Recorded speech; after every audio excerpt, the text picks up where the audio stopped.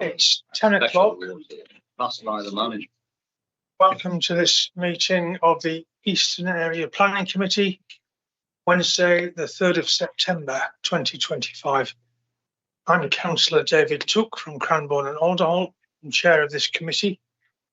The meeting is being live streamed and is available to view on the council's website. And by attending this meeting, you consent to being filmed. The planning committee is not a public meeting, but a meeting to which the public is invited. And all attendees must comply with the ruling of the chair. Members of the public must not interrupt the meeting or cause undue disturbance. To support this, please switch off your mobile phones or select silent mode for the duration of the meeting. Only those who have registered to speak in accordance with the speaking protocol will be invited to address the committee for a maximum of 3 minutes. This is limited to the first 3 people objecting, the first 3 people supporting the application who have registered, along with the town or parish council and ward member. No additional material is to be circulated to members of the committee today. We have 4 applications to determine today. Planning officer will be invited to present the report and recommendations. Next, I will invite members of the public who have registered to speak with the Democratic Services Officer before the deadline to address the committee in the following order: public against, public support, applicant or agent, town parish council and ward member. Each speaker has a maximum of 3 minutes. Following on from the registered speakers, the planning officers will have the opportunity to address any salient points they wish to clarify, and committee members will be given the opportunity to ask questions of the planning officers before moving on to their debate. At the end of the debate, we will take a vote and I will declare the decision of the committee. Can I remind members that when we go into councillor questions and debate, please state your name and ward for the benefit of the public watching. Speak directly into the microphones so we can all hear you. If anyone is using Teams, please ensure you're on mute and your device volume is set to 0. Before we begin, a few general points regarding housekeeping. We're not expecting fire alarm during today's meeting. However, should the alarm sound, please leave the building calmly and without delay using the nearest fire exits, which are in my air hostess invitation at the side of the room. The meeting will be formally adjourned at that point and will only resume once it is confirmed safe to do so. The officers involved in today's meeting include Kim Cowell, who is Eastern Area Manager for Development Management, Anna Lee, who is the Service Manager for Development Management and Enforcement, Anna Metzigori-Curran, who is a Senior Planning Officer, Naomi Shinkins, who's Lead Project Officer, Robert Lennis, who is joining us a little bit later, I think. He's talking about the Vinegar Hall. Alison Curtis, who is our Highways Development Team Leader. Susan Hetherington. Susan is on the Christine Reeves, who's our retail consultant, who is on Teams. Lara Altree, who is a lawyer. Megan Rochester, who's a senior Democratic officer, and Josh Kennedy, who is our committee clerk, Democratic and Governance Officer.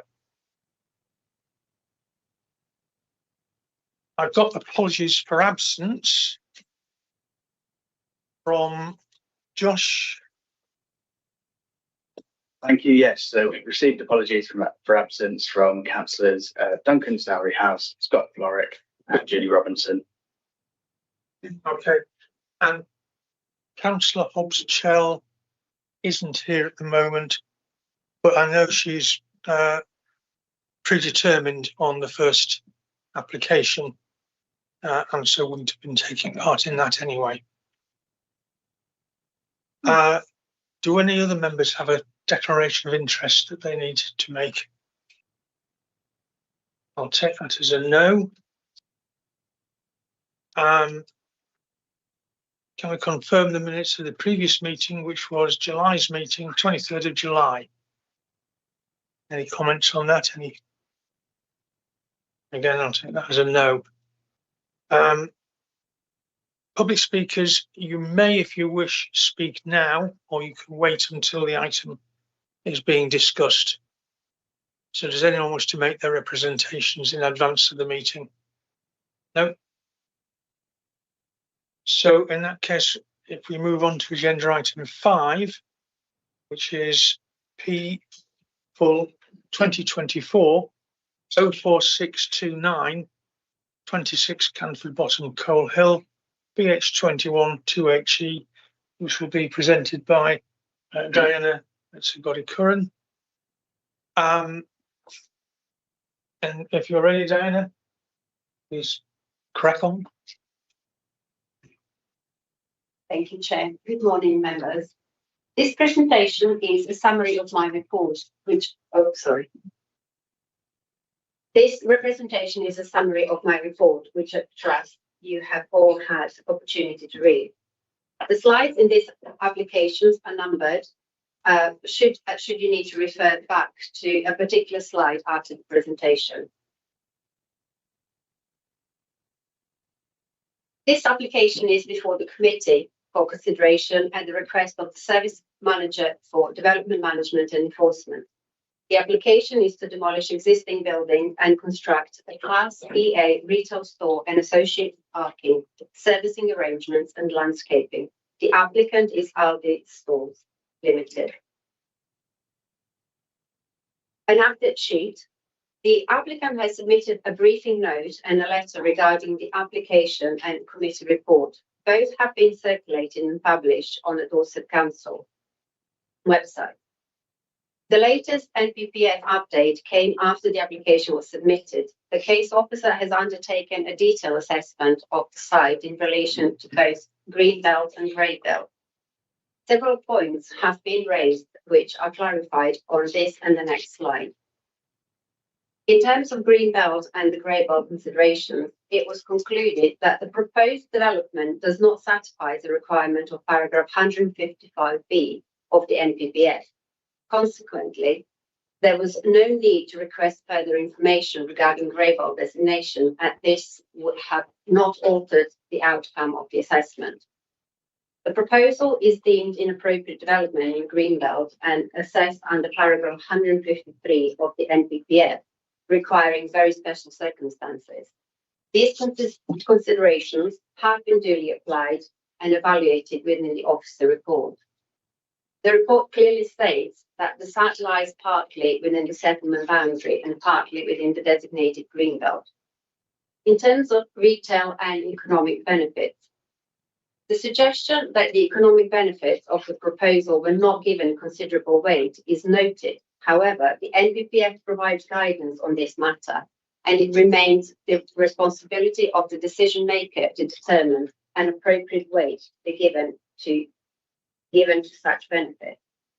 With regards to loss of employment land refusal, pre-application advice was provided in 2023, outlining the need to justify the loss of employment land in accordance with policy PC2. A list of suggested evidence was shared but not submitted with the application. The officer's recommendation and reasons for refusal were shared with the agent on 15th of August.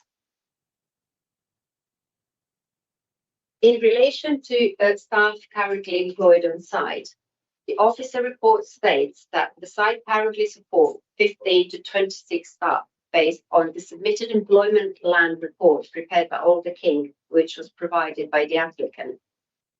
In relation to sui generis class being omitted from the officer report, Section 5, paragraph 5.2 of the officer report refers to the northern section of the site as being in employment use under class B or sui generis. In relation to site allocation identification, Section 5, paragraph 5.2 should read, the northern section of the site is identified in the strategic housing land availability assessment as a potential suitable site for development, subject to mitigation of employment loss as elsewhere, greenbelt limitations, and the demonstration of exceptional circumstances. We can start with presentation, location and the context. This slide shows the location of the application site within a wider community area. This slide shows the application site in relation to the settlement boundaries of Wimborne, Ferndown, West Moors and West Farley. This slide shows the application in relation to the wider area, showing the heathland in blue hatch and the green belt designed in the green hatch. This is a site within the immediate surrounding and its relation to highways network. This slide shows the extent of the application site. The entire site covers just over 1 hectare. Section, which is in greenbelt, is shown on this slide in green. Site lies on relatively level ground and gently sloping southwards. To the north, the land rises steadily towards Cannon Hill. These images show the existing views of the site from southwest and southeast direction. These images show the existing views of the site from A31 from the south and northwest direction and from Ham Lane, the south. These are the views of the site from Canter Bottom looking north towards south and from southwest looking towards the site. Application site. This photo shows the view towards the site from Canter Bottom Road. Residential dwellings and at Friars Corps are located to the north, which can be seen on photograph 1. Residential dwelling number 24 Canter Bottom, which is adjacent to the western boundary of the site, can be seen on both photographs. This slide showed the views across the northern section of the site, with one of the existing buildings, car standing and the car parking on photograph 2. Again, view across the site featuring existing buildings and courtyard. Moving on to the southern section of the site, photograph 1 shows the views across the site from southwest towards the northern section of the site, while photograph 2 and 3 looking across the southern section of the site from the northwest direction. Proposed development. This is the summary of the proposed development. The total floor area of the proposed store is 1,780 square meters, with 1,315 square meters sales area. The building is approximately 6.3 meters high, and the proposal also includes parking and the new vehicle access. This is the proposed site plan showing the food store and the associated parking. These are the proposed elevations, which are not untypical of Aldi stores, and although not easily visible on this and the next slide, it does propose the solar panels. The proposed access is from Canter Bottom Road, and it is circled in red on this slide. The existing field access is shown on photograph 2, and the insert within the plan shows proposed Pelican Crossing and its approximate location marked in yellow arrow on photograph 1. Moving on to the local representations. There were over 500 comments received objecting to or supporting the proposed development, with a smaller number of general comments. Comments are summarised in section 9 of the officer report, and full comments are available online.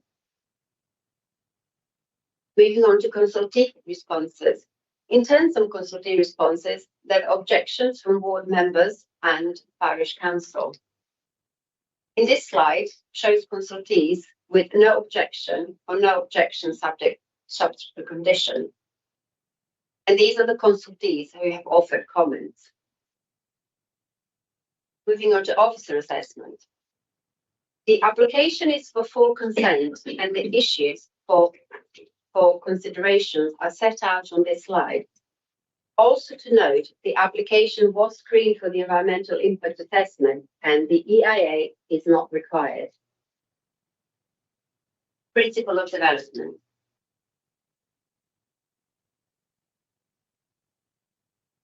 The full list of relevant planning policies and the principle of development is outlined in section 16.2 of the officer report. The northern section of the site lies within a coalfields urban area designated as a suburban centre under policy KS2. The proposal is for retail development outside the defined settlement boundary and does not align with the local plan retail policy hierarchy from policy KS7.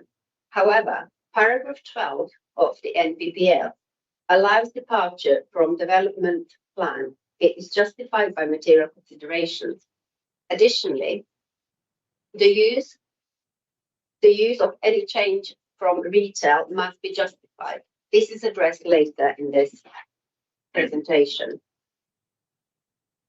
Policy KS5 addresses the allocation of employment land in East Dorset, aiming to meet business needs while upholding environmental and community standards. Policy PC2 and its supporting text clarify that where there is a clear evidence of low market demand during the plan period, employment land may be repurposed for uses outside of the B-class uses.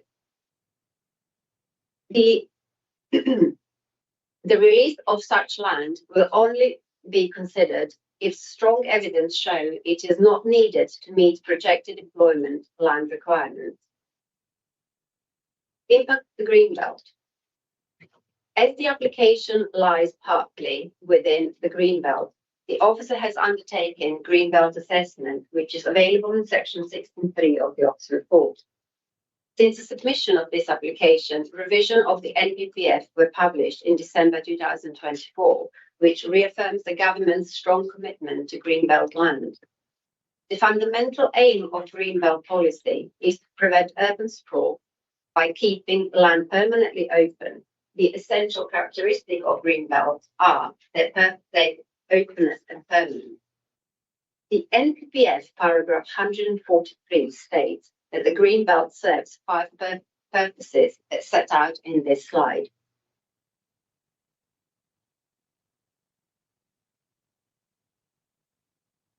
One of the changes introduced in the 2024 version of the NPPF is the new concept of grey belt land, which aims to identify and utilise specific areas within the Greenbelt that are suitable for development while ensuring that the broader aims of the Greenbelt protection are not compromised. The updated NPPF defines the grey belt as set out in this slide. Paragraph 153 of the NPPF states that when considering any planning application, local planning authorities must give substantial weight to any harm to the Greenbelt, including harm to its openness. However, it should be noted that the new note 55, footnote 55, confirms that harm to the Greenbelt includes harm to its openness, but clarifies that this does not imply in the context of previous developed land or grey belt land, where development is not inappropriate. Inappropriate development is essentially harmful to the Greenbelt and should not be approved except in very special circumstances. These very special circumstances will only exist if the potential harm to the Greenbelt and any other harm resulting from the proposal is clearly outweighed by other considerations. Paragraph 154 of the NPPF states that local planning authorities should treat new buildings and inappropriate development in the Greenbelt subject to exceptions. For sites identified as grey belt, any proposed development must meet all the criteria outlined in the new paragraph 155 of the NPPF.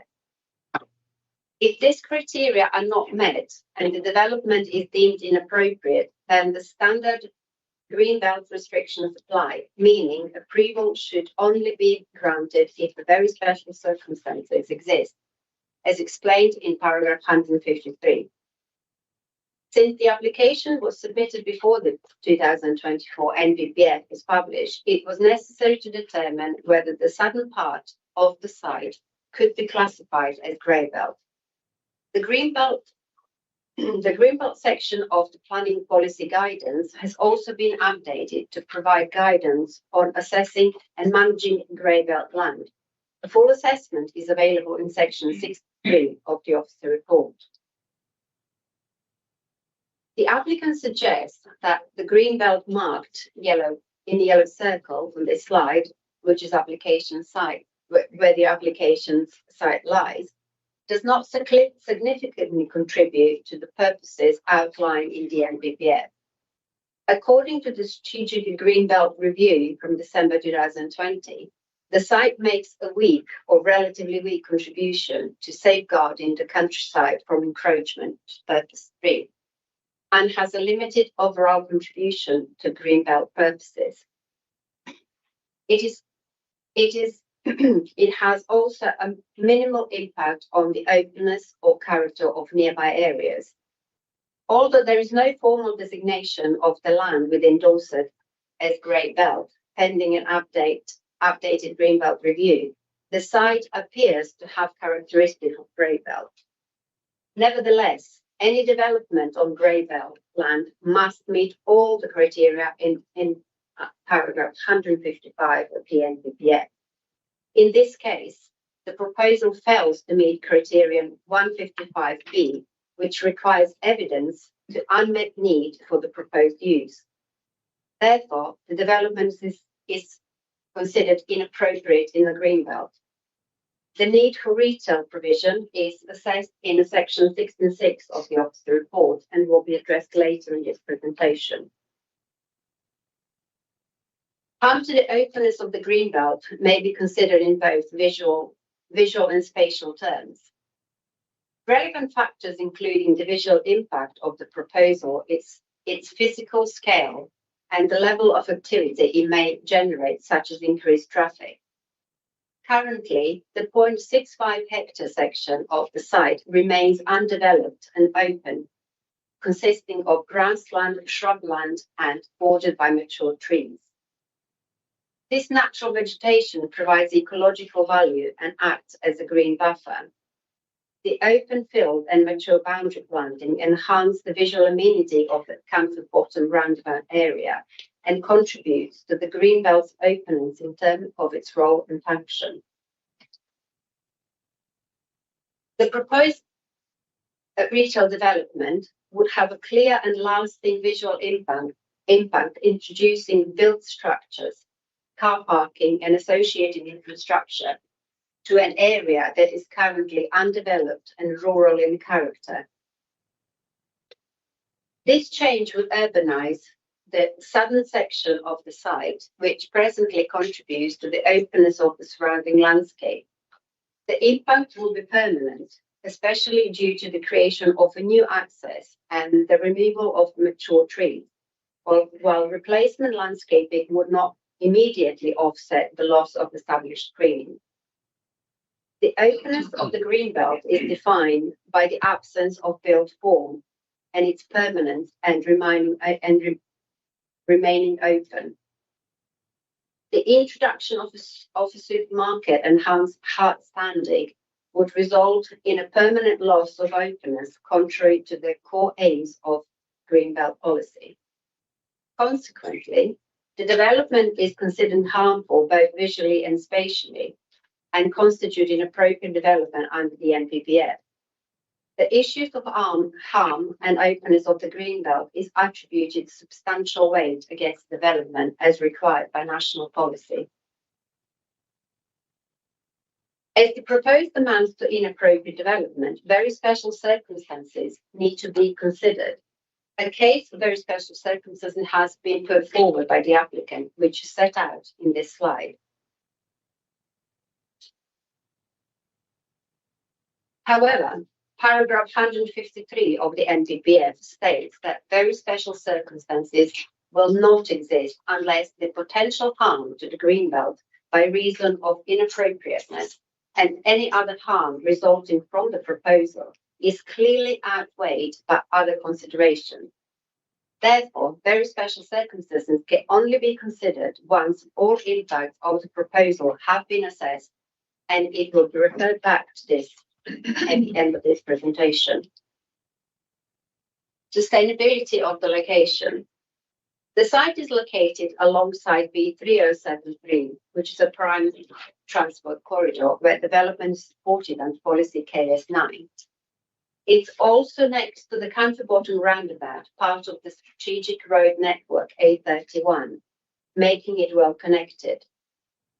It's also regular bus service are available within 400 meters of the site, offering good transport options. Given its location and existing transport links, the site is considered sustainable, and there's no reason for refusal. The application refuse application on basis of poor accessibility. Therefore, the locations outside the settlement boundary is attributed only limited weight against the development. Loss of employment land. The northern section of the site remains in active employment use, although it is not officially designated as employment land in the local plan. Its potential loss should be considered in relation to the wider supply of employment land in the area. The strategic housing land availability assessment identifies this site as a potentially suitable for development, provided that any employment loss can be offset elsewhere and the subject to greenbelt constraints and the demonstration of exceptional circumstances. Policy KS5 requires strong justification for any proposed changes of use from employment to retail.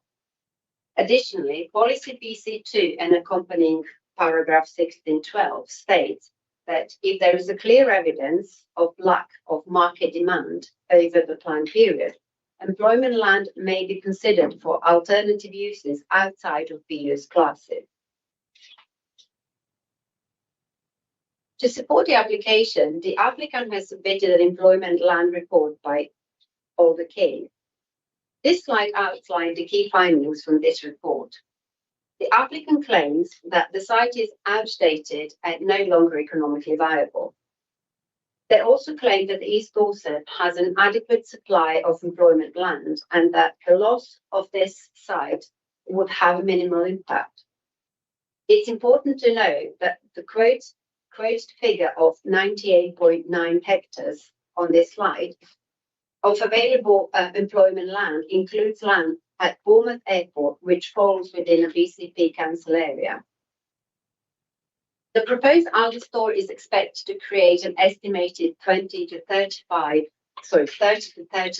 full-time equivalent jobs. Full details of the report can be found in section 16.5 of the officer report. In contrast, officers use the latest evidence, Dorset Council Authority Monitoring Report from 23-24 and the Dorset and BCP Employment Land Study from 2024 to address employment land supply across Dorset.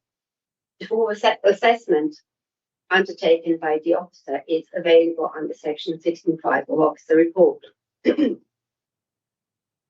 The summary of officer's assessment is set out in this slide.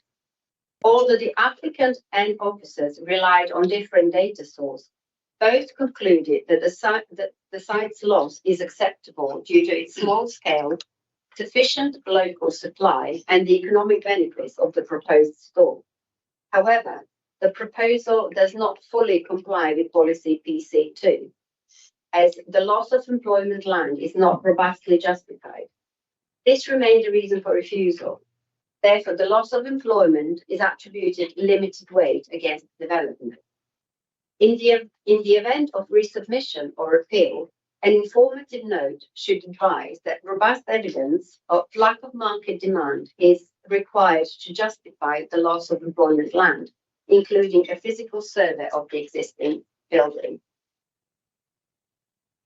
Retail need. The proposal includes 1,780 square meters of floor space with 1,315 square meters dedicated to sales. The store will follow a typical discount retail format, offering mainly convenience goods and limited seasonal comparison items.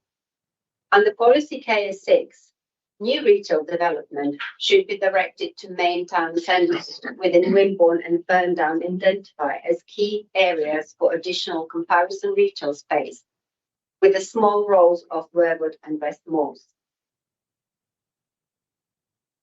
Although retail need is no longer a planning requirement in England, an assessment was requested due to the sites partially locating within the Greenbelt.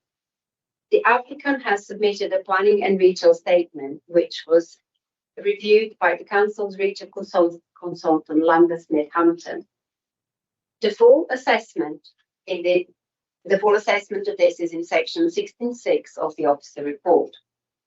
In order to demonstrate the need for additional demand, it is essential to define the catchment area that the store is expected to serve. As demonstrated on this slide, the area is geographically constrained by Bournemouth, Hall, Ringwood, Blandford Forum and Verwood.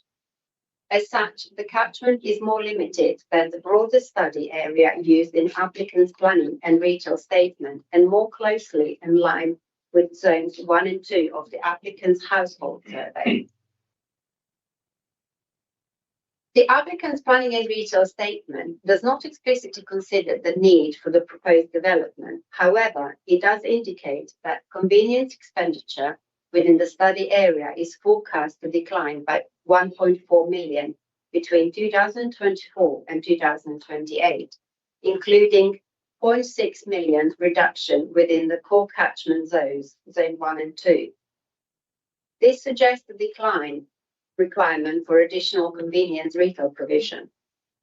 While the planning and retail statement notes that some existing stores, namely Tesco in Ferndown and Waitrose in Wimborne, are trading above benchmark levels, which could imply a degree of unmet demand, this is not supported by the most recent evidence. The Dorset Retail and Leisure Study Update concludes that there is a significant oversupply of convenience floor space across Dorset area. Under the baseline scenario, which is based on current performance, no additional capacity is identified up to 2040, as shown on table 1. Even when housing growth is factored in, as illustrated in table 2, only a modest requirement of 289 square metre net is identified in 2025, with no further need thereafter. A more detailed capacity assessment focused on Ferndown and Wimborne areas confirmed this conclusion. Table 1 of this slide provides applicant summary of the available convenience expenditure in zone 1 and 2 in 2028, which is estimated of 145.2 million. However, table 2 shows the benchmark turnover of existing stores in the area exceeds 158 million, indicating that current provision already exceeds demand. Specifically, the 5 main food stores in the area, Tesco, Lidl and Sainsbury's in Ferndown, Waitrose in Wimborne and Lidl in West Parley, are forecast to generate over 108 million in convenience sales, exceeding the available main food expenditures of 101.64 million as demonstrated in table 1, circled in blue. The council appointed retail consultant confirmed there is no qualitative need for additional convenience retail in the area.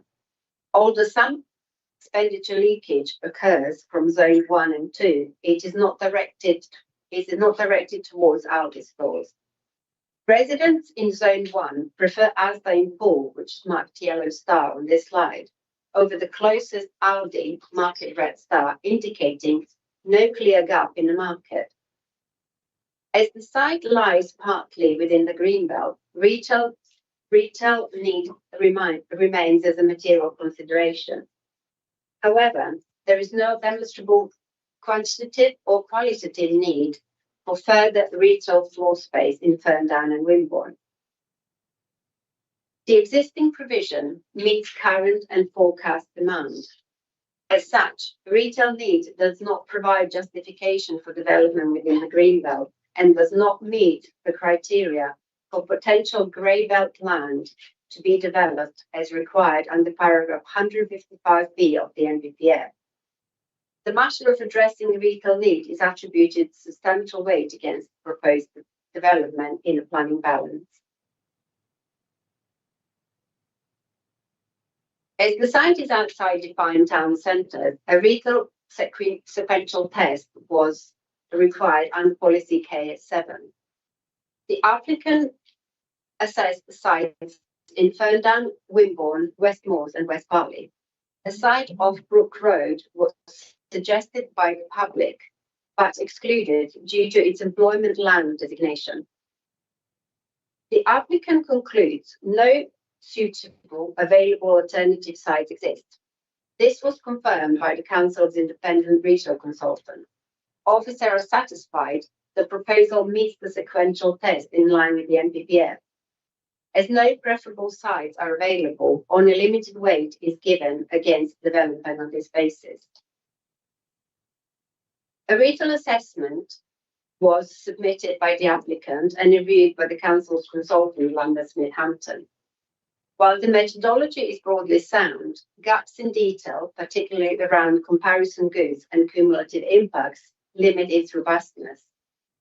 Survey data is generally representative, though timings and question design may have influenced responses. The full details regarding retail impact assessment are available in section 67 of the officer report.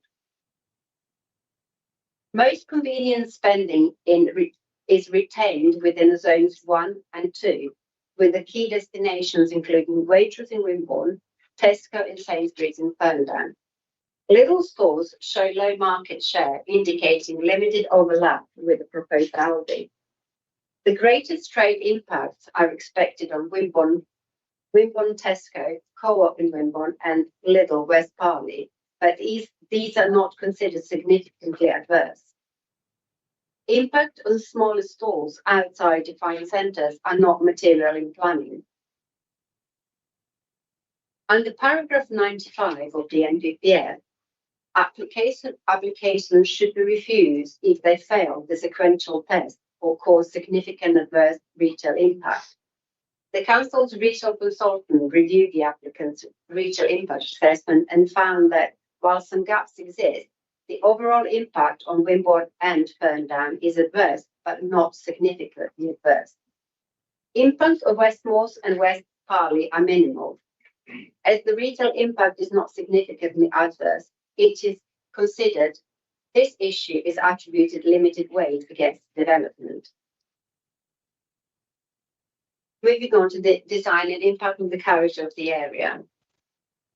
The site comprises two distinct elements. The northern section accommodates employment buildings and associated house standing, while the southern proportion is consisting of grassland shrubs bordered by mature conifer trees. The site is located north of the Camford Bottom roundabout, bordered by residential areas to the north and west, employment uses to the northeast, and open countryside to the east and south. It overlaps two landscape character types, urban to the west and heath forest mosaic to the east, though its character aligns more with the surrounding urban and peri-urban setting. While not within a national designated landscape, the southern section of the site lies within the Greenbelt.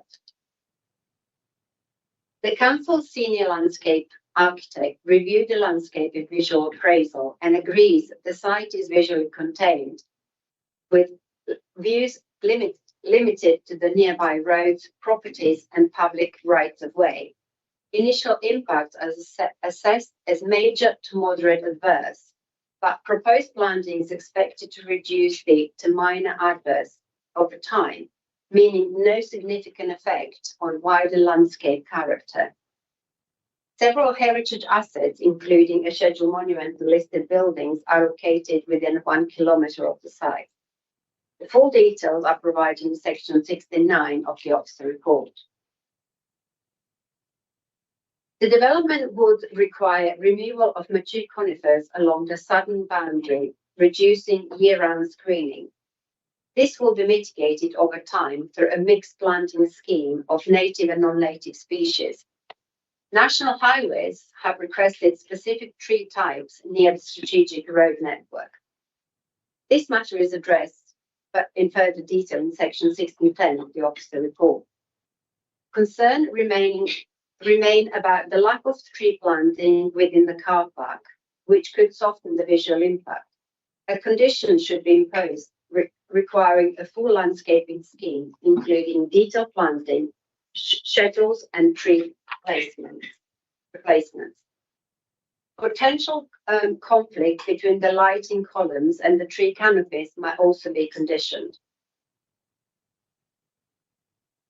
The single-story design helps reduce visual impact, but the development will noticeably alter the area's character due to its current undeveloped nature.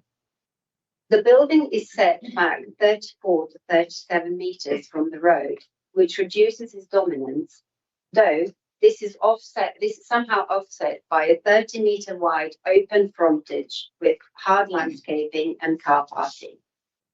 Internal lighting and glazing will further increase its visibility within the street scene. The delivery and lorry bays are positioned along the northern boundary, screened from the public view and neighbouring properties. Similarly, the external plant compound is located at the rear of the store, helping to minimise both visual and acoustic impacts. The proposal includes a variety of boundary treatments to provide a screening and security. 1.8 metre closed board timber fence is proposed along the northern and northeastern boundaries, while the 2.4 metre palisade fence is proposed along the western boundary near residential property number 24, Country Bottom. The latter is considered visually intrusive and inappropriate in the residential setting. A timber knee rail with hedgerow planting is proposed along the western and southwestern boundary, and the renewed post and rail fence with hedging is planned along the southern boundary. While visually appropriate, the southern treatment raises highways concern due to insufficient screening from the headlight glare. A condition is recommended to secure a full landscaping scheme, including planting details and the resolution of potential conflict with the lighting columns. The proposed development will noticeably alter the site's visual and spatial character by introducing a commercial building into an undeveloped area. However, the council's senior landscape architect confirms that with appropriate mitigation, the landscape and visual impacts are not significant enough to warrant refusal. Concerns around planting, layout and lighting can be addressed through planning conditions to secure a high-quality landscape scheme.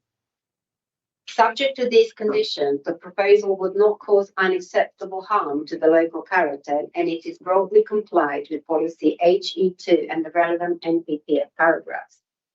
However, it should be noted, this assessment is separate from the impact on the openness of the greenbelt, where the development should result in a permanent loss of openness due to introduction of the built form and associated infrastructure whilst within the designated greenbelt. The impact on character of the area is attributed limited weight against development. Impact on protected trees. The site includes trees protected by the DPO. The proposal involves removing around 87 trees, mainly category B Leylandii, with limited longevity.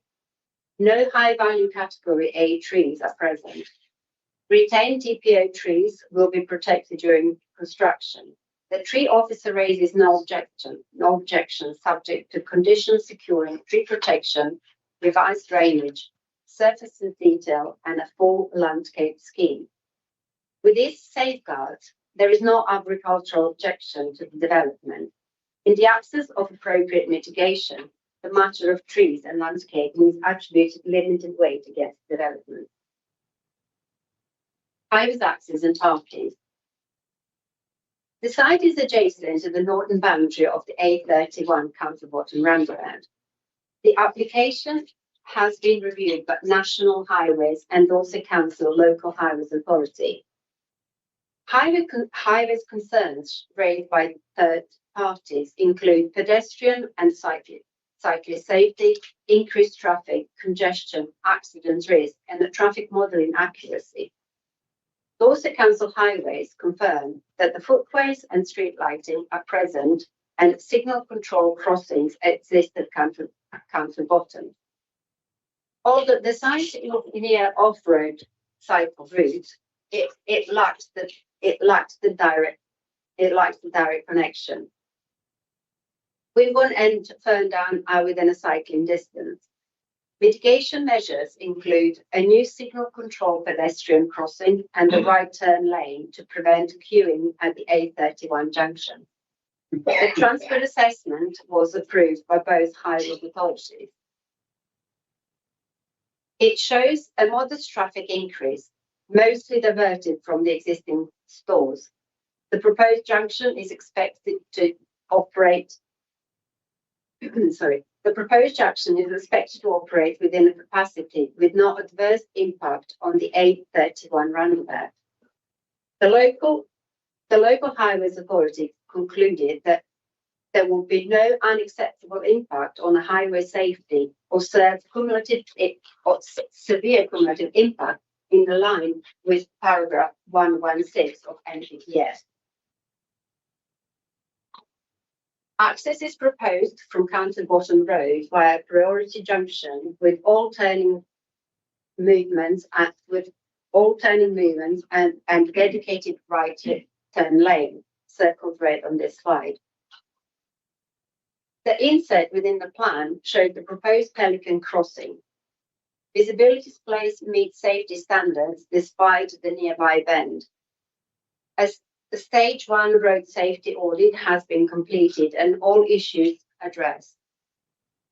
National Highways has confirmed the access is acceptable and will not impact on the A31's operation.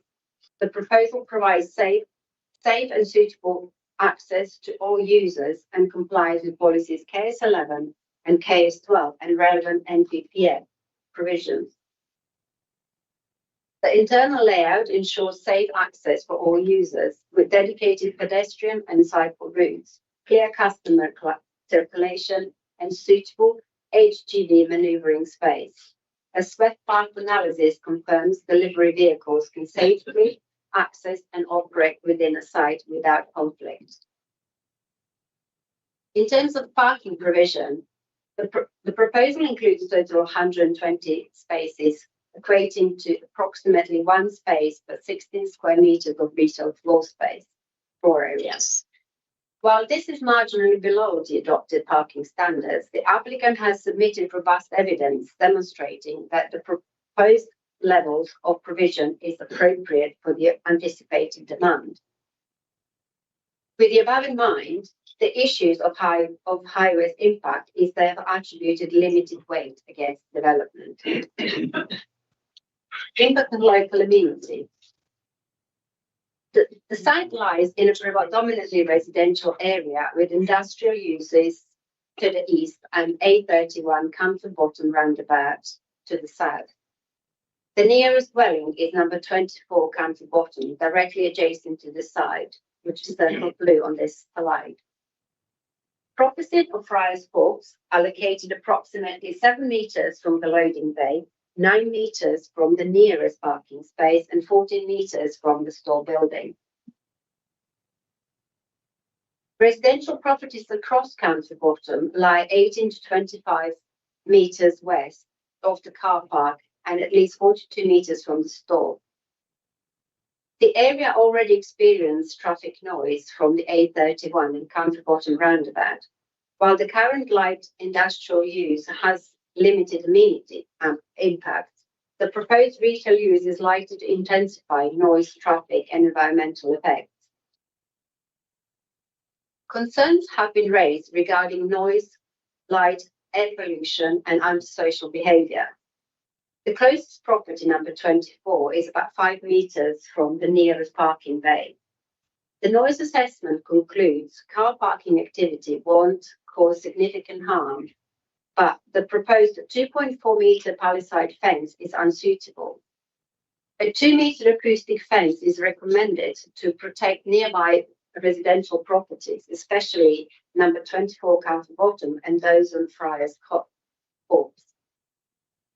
Other noise sources, for example, deliveries, ventilation equipment, etc., can be manageable with conditions.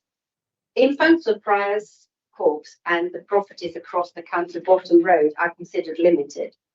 Environmental health supports the findings. Proposed opening hours are standard and will be conditioned. An air quality assessment was submitted to evaluate traffic-related impact on the nearby residential areas. It concludes there will be no significant deterioration in air quality or harm to the public health. Environmental health supports the findings, subject to mitigation measures during construction. With these in place, the proposal is considered acceptable in terms of air quality. There are likely to be some light spills from the proposed car park into the nearby properties. To safeguard residential amenity and support biodiversity, a planning condition regarding lighting would be necessary if the development is approved. A third party has raised concern about the potential light disturbance from traffic signals associated with the proposed pedestrian crossing. A pedestrian crossing includes a flashing amber phase, which could cause intermittent light disturbance during evening and nighttime hours, potentially affecting nearby homes. To mitigate this, it is recommended that a condition be imposed requesting the use of a directional hoods and a low-intensity LED signal unit to reduce glare while ensuring visibility for road users. The issues of impact on neighbouring amenity is therefore attributed limited weight against the development. Concerns have been raised regarding potential antisocial behaviour in the supermarket car park during non-operational hours, given its proximity to residential properties. It is recommended that a condition be imposed during requiring automated entry barriers to restrict access outside store hours. This would enhance the site security and safeguard residential amenity, with barriers programmed to reflect store opening times and permit emergency access. The issues of impact on neighbouring amenity is therefore attributed limited weight against development. Drainage. The site lies within flood zone 1 and is a low risk of groundwater and surface water flooding, making it suitable for development. Initial concern from the lead local flood authority regarding surface water discharge have been resolved and their objection has been withdrawn. This being the case, the lead local flood authority is satisfied that the subject to condition the proposal is acceptable in drainage terms. The issue of flood risk and drainage is therefore attributed no weight against development. Biodiversity. An ecological impact assessment and biodiversity net gain statements were submitted with the application and approved by the Council's Natural Environment team, subject to conditions securing its implementation, along with the construction, environmental, CMP, construction, reptile mitigation strategy and lighting strategy. The biodiversity net gain assessment shows a net loss of habitat units and the gain of hedgerow units. While the scheme qualifies as significant on-site enhancement, it does not meet trading rules for certain habitats. Off-site compensation of habitat units to achieve the statutory 10% biodiversity net gain is proposed by a financial contribution to be secured through a Section 106 agreement alongside 30-year habitat management and monitoring plan. With the above in mind, the issue of impact on biodiversity is therefore attributed limited weight against development. Contamination. A land contamination report was submitted identifying a low overall risk, but highlighting hydrocarbon contamination and potential underground fuel tanks due to the site's industrial history. The Council contamination consultant recommended further ground investigation and standard contaminated land conditions. Subject to these measures, contamination is not considered a constraint to development. With this in mind, the issues of land contamination is therefore attributed no weight against the development.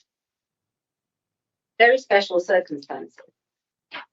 As detailed in the officer's report, very special circumstances will need to be demonstrated in order to justify development, which is identified as causing harm to the openness of the greenbelt.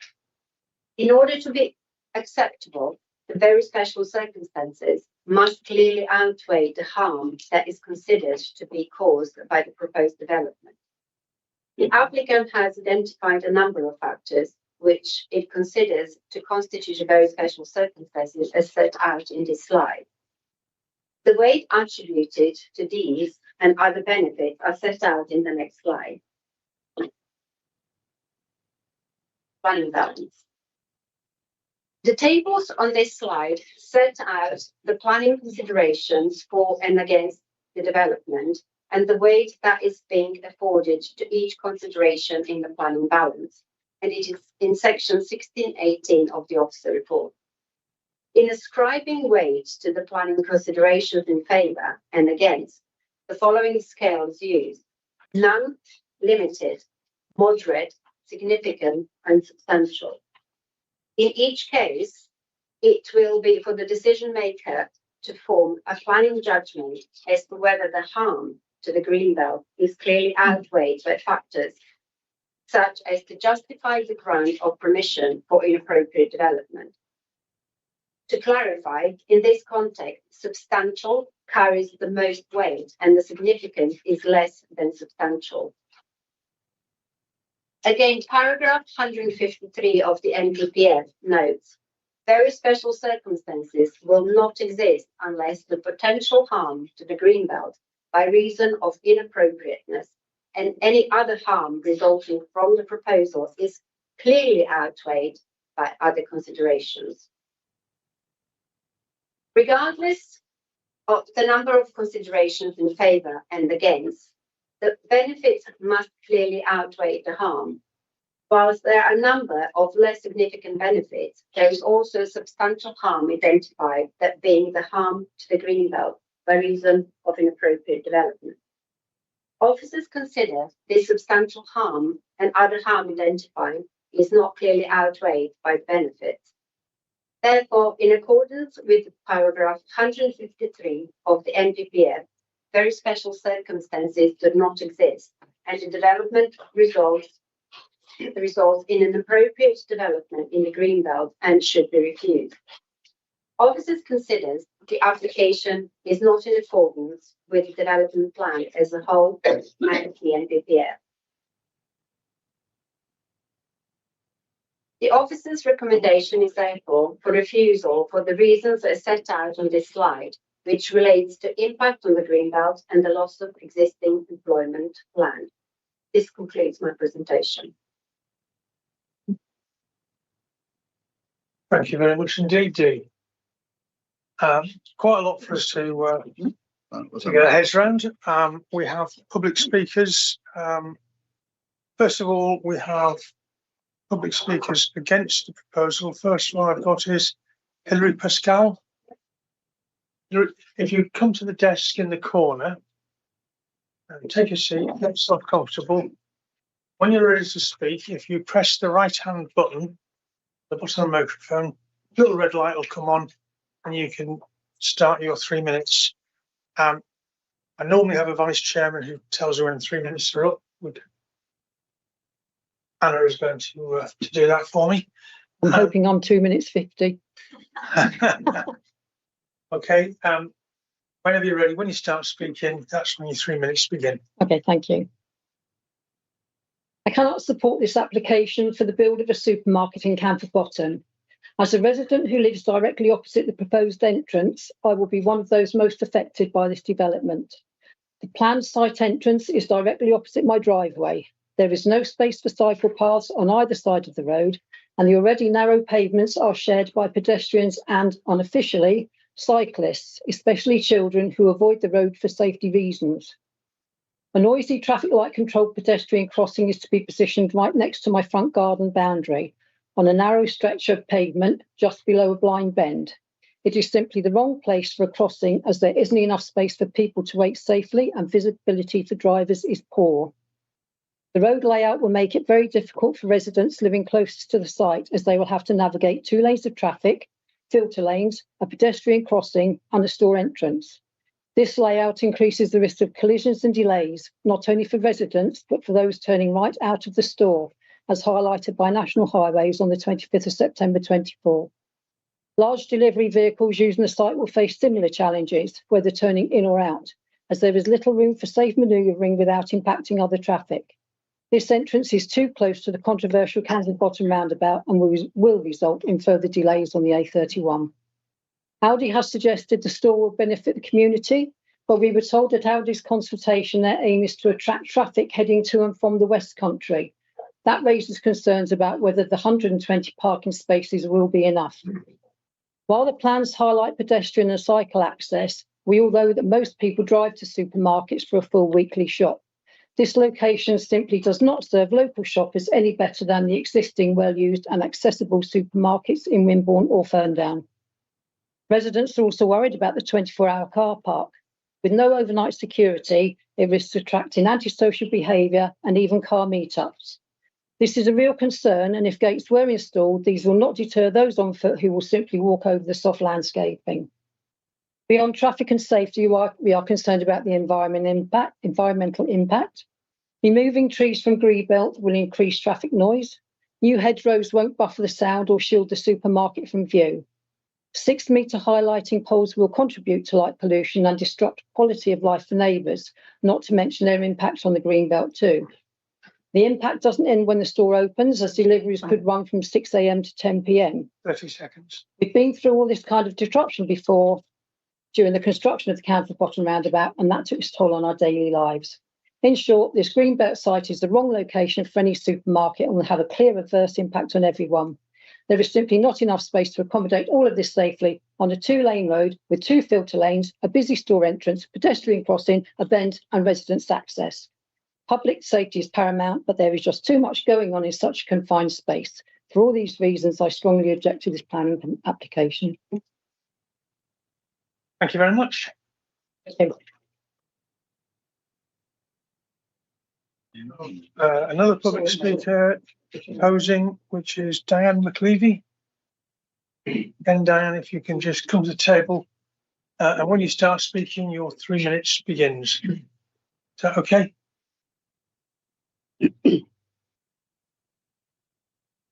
I cannot support the proposed elder development at Camford Bottom. The planning officer's recommendation to refuse is grounded in one of the most fundamental pillars of our planning system, the protection of the green belt.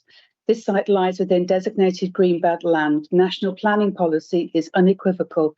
Development in the greenbelt is inappropriate unless very special circumstances exist. In this case, no such circumstances have been demonstrated. The applicant has not provided sufficient justification for why this location on protected countryside is the only viable option. The promise of cheaper groceries or local job creation does not override national greenbelt policy. If we approve this, we risk setting a dangerous precedent, chipping away at the greenbelt every time a retailer makes a commercial case. But the concerns go beyond planning policy. There are serious and well-evidenced highways and traffic issues. The site is immediately adjacent to Camford Bottom roundabout, one of the most congested and complex junctions in Dorset.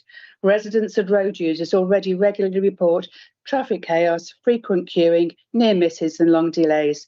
A store in this location would bring more cars into this mix. There is already overcapacity of food shops within the area. Adding another one at Camford Bottom would only draw shoppers away from Wimborne and Ferndown town centres. Anyone coming to Camford Bottom would do so only to use the store and would then travel elsewhere for further shopping and therefore increase traffic on the local network. The proposed access point sits just below a blind bend where vehicles would be turning across multiple lanes of traffic, including a pedestrian crossing. This creates an unacceptable risk to drivers, cyclists and pedestrians alike. National Highways have raised concerns and the planning officers rightly highlighted the dangers of increased vehicle movements, estimated at over 1,600 per day, feeding directly onto the local roads or overstretched roundabout. Moreover, there is no clarity on how the development would manage overflow parking, deliveries or the safe movement of pedestrians in and out of the site. These are no small details, they are core planning concerns that directly affect public safety.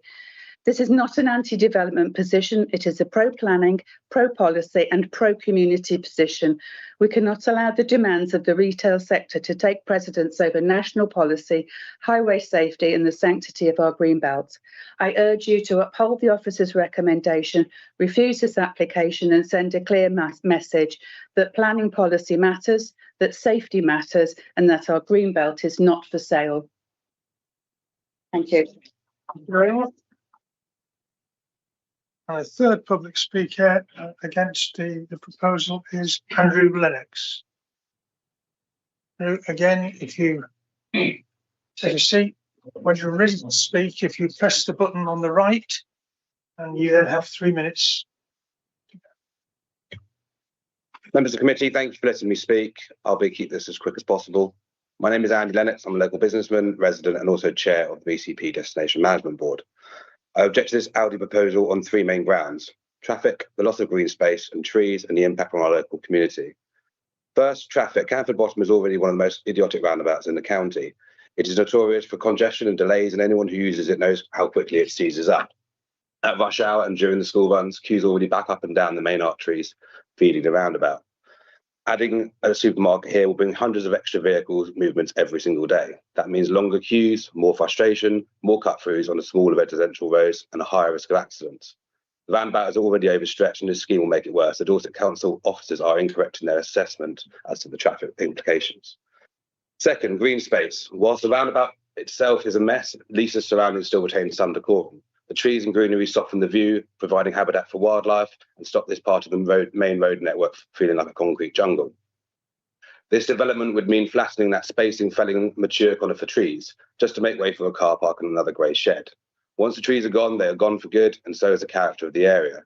To know that these mature trees also sit on the greenbelt, and furthermore, if the location is granted, the greenbelt is lost, and the other areas of the roundabout will be filled in quickly. The tree officers again are incorrect in their assessment here. Thirdly, the wider community. We are told this scheme will create around 30 jobs. Jobs are welcome, but they cannot possibly outweigh the damage the development would cause, especially with the loss of jobs as well at the co-op, the spa, the Asda and the one soon to be Asda and the One Stop. There are also 5 large supermarkets, Lidl's, Tesco's, Waitrose and Sainsbury's within minutes of this site. So there is really no need for an Aldi here. What will happen instead is that the smaller local amenities and independent shops will be squeezed even further, and the balance of our community will suffer. So we're being asked to accept more traffic, more congestion, longer rush hour and school run queues, the destruction of greenbelt and trees and the decline of local communities, all in exchange for 30 jobs, which actually is more like 15 when you take into account the job losses. And on all for a supermarket that we just do not need. This is not a fair trade-off for the people who live here. If there are mature trees on the front of the site were protected and a robust traffic management system and new infrastructure was actually put in place, there might be a different come out. However, the traffic problems are just too much. This is the wrong site, the wrong impact and the wrong choice for the community, and I urge you to reject this application. Thank you.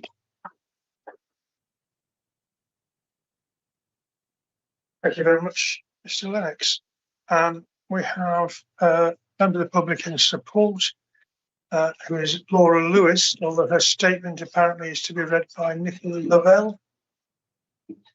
Do we have either Laura Lewis or Nicola Lovell?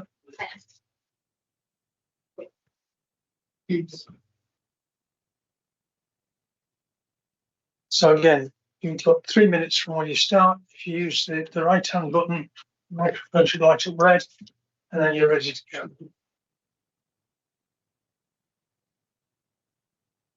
Good morning, councillors. So I'm speaking today on behalf of Laura Lewis, who is a Wimborne resident who would like to have spoken today but is unable to attend due to work commitments. Laura says, as a single parent to a young child who lives in Wimborne, I can assure you that families like us are desperate for access to affordable food shopping here. With only Waitrose in the town, we are forced to spend money on fuel and drive further afield for reasonably priced basic provisions. With the huge growth of Wimborne, thousands of new homes built in the last 5 years, it's obvious that Wimborne alone cannot support the number of households within BH21. The recently published town plan proposes another 3,400 homes. We need facilities to support the families already living here first. I urge you to see that this facility is needed in Wimborne. The town has developed, grown, modernised, and we cannot keep building new homes without providing access to reasonably priced food for families. Please do vote in favour of this application. Thank you. Thank you very much. We next have the applicant, Elliot Saunders from Aldi. Is that?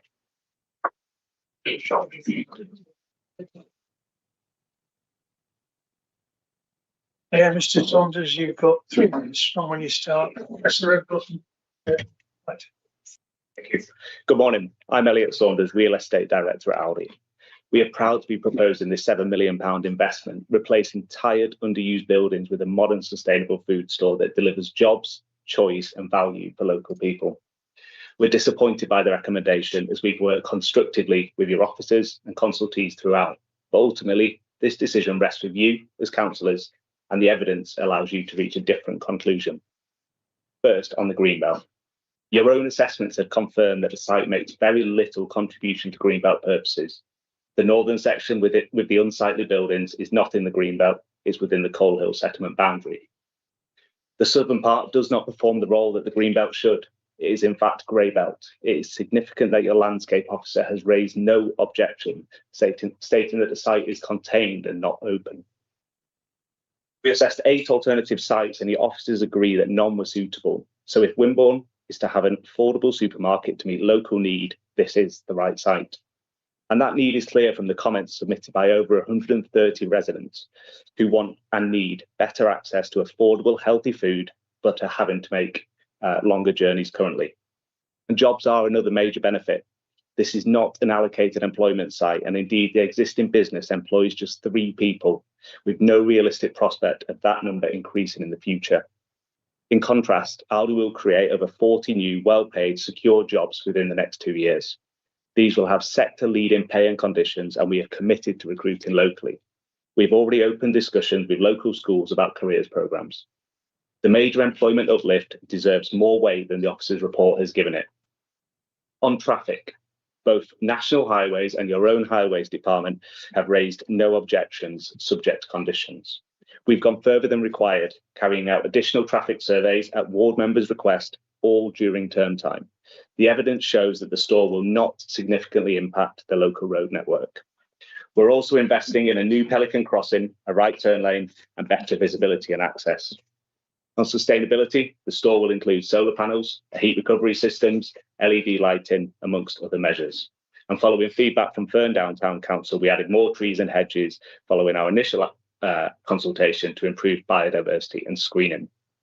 And finally, through our partnership with Neighbourly, we'll support local charities and food banks helping to tackle food poverty directly. 30 seconds. Councillors, this application offers clear, tangible benefits. Major investment, well-paid jobs, better access to affordable, healthy food, reduced need for longer car journeys, and an environmentally responsible store. We respectfully ask you to apply the balance in favour of these benefits and the unmet need, and to approve this application. Thank you. Thank you very much indeed, Mr. Saunders.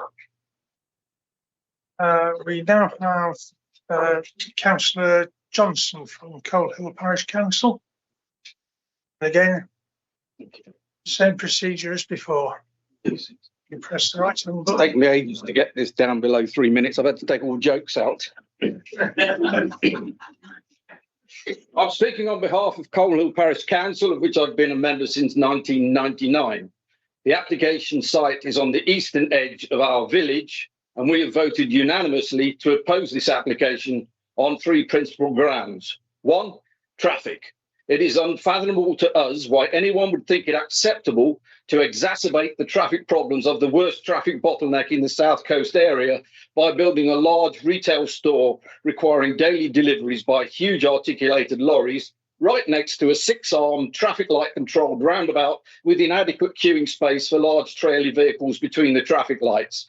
Neither are we convinced by the swept path analyses submitted in support of the application to get into and out of the application site, given the speed and volume of traffic exiting the roundabout into the village and the queues of traffic going the other way. At worst, we fear that problems caused by these huge lorries could cause traffic accidents and that transport to and from the southwest will grind to a halt even more than it already does. We're also further concerned that if the application is allowed and the inevitable increase in traffic delays at the Camford Bottom junction occurs, then local traffic coming to Aldi will add to the 67,000 vehicle movements per month, which already come down the hill, and we fear that there will be rat running on our residential streets as drivers seek to circumvent the queues. 2, greenbelt incursion. The application clearly fails to satisfy the criteria for very special circumstances to justify development in the green belt. It does nothing to address housing targets, and its net contribution to local employment is likely to be negative given the loss of the existing light industrial businesses on this site and the likely impact on employment in other local businesses. 3, impact on local shops and community cohesion. 2 of our local convenience stores are within 200 metres of the proposed development. These are both small enough to be open all hours on Sundays, which Aldi won't be, and one of them incorporates a post office. Local shops for local people are valuable facilities in a village such as ours. A large supermarket is not.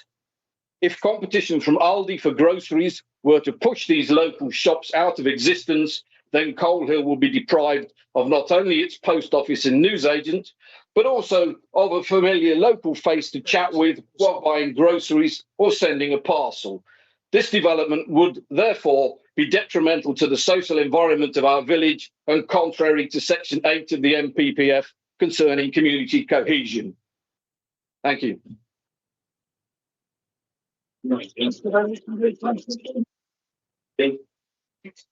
And final public speaker is the local ward member, Councillor Andy Todd. Again, Andy, 3 minutes from when you start speaking.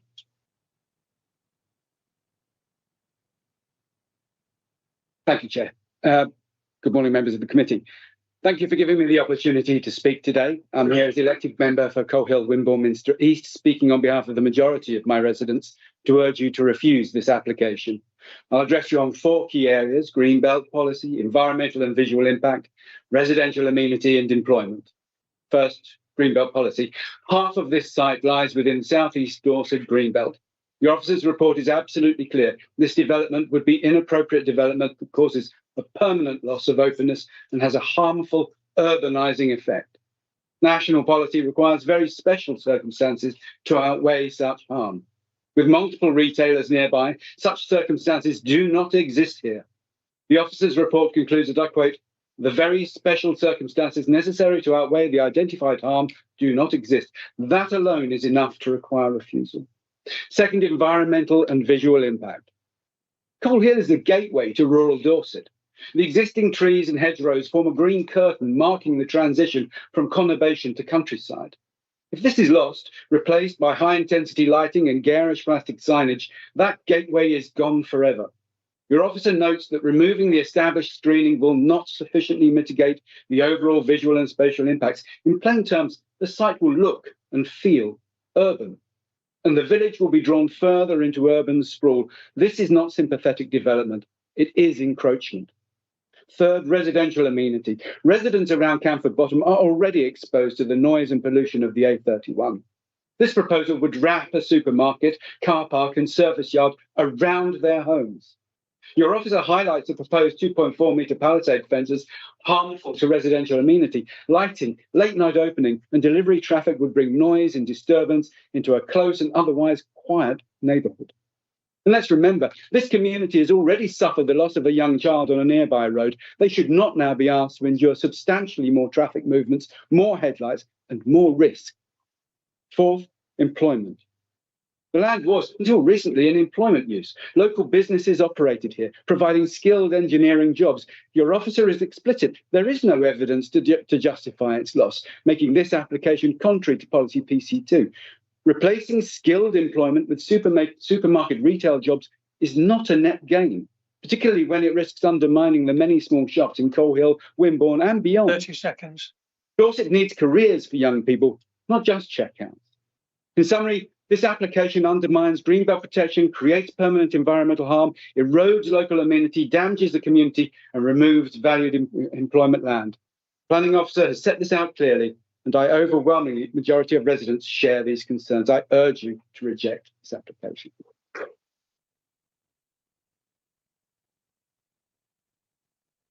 Thank you, Andy.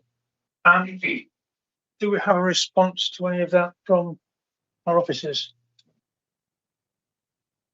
I would just like to, the traffic, I will leave to experts, but I would just like to acknowledge the concerns raised in relation to the neighbouring amenities have been fully addressed in the officer's report, which it's found that with certain mitigations, it could be overcome. The environmental protection officer has also agreed with findings that has been submitted and all the information that has been given. So, although yes, it does make some concerns with traffic, but it all can be mitigated. Hence, it cannot be reason for refusal. It's the same with the impact on the character of the area. And a loss of trees.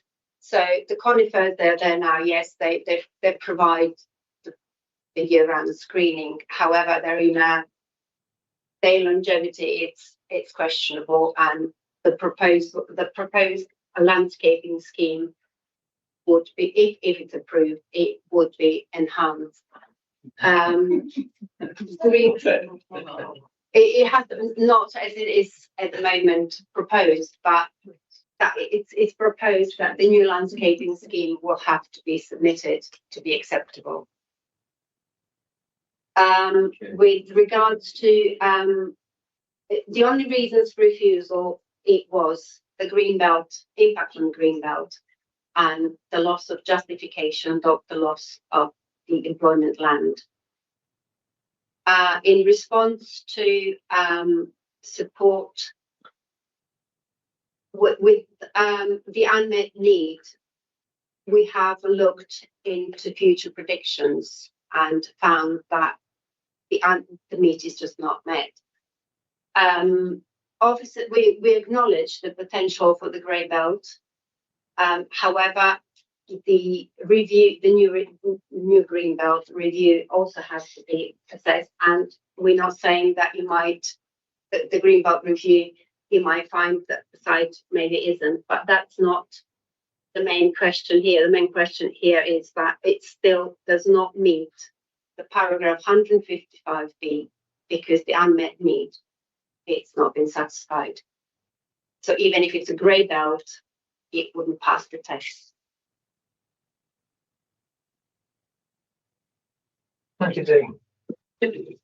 Third license for any traffic and highway issues.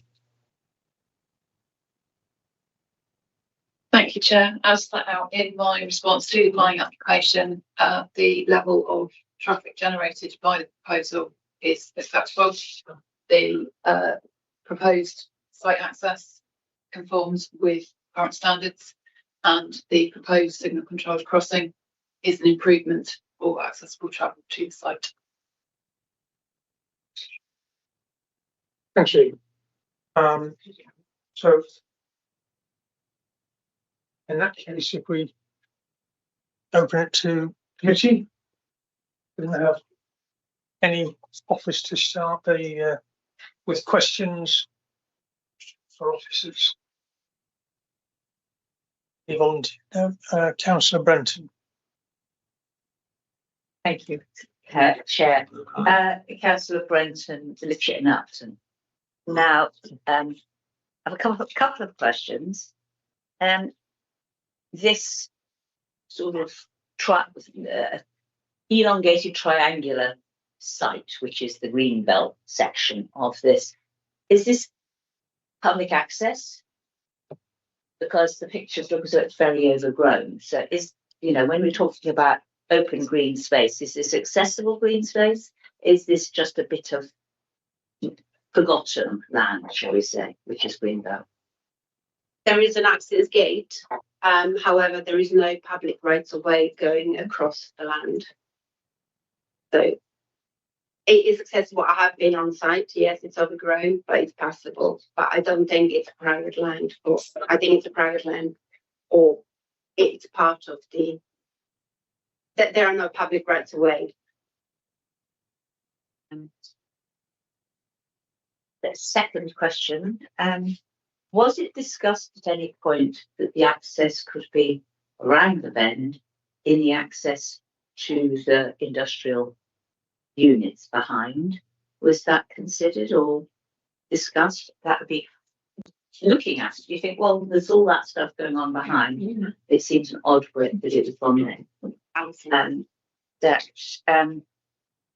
And also, you've mentioned that the Leylandii would come down. How long have they been? Okay, actually. I would get Alison to answer the access point.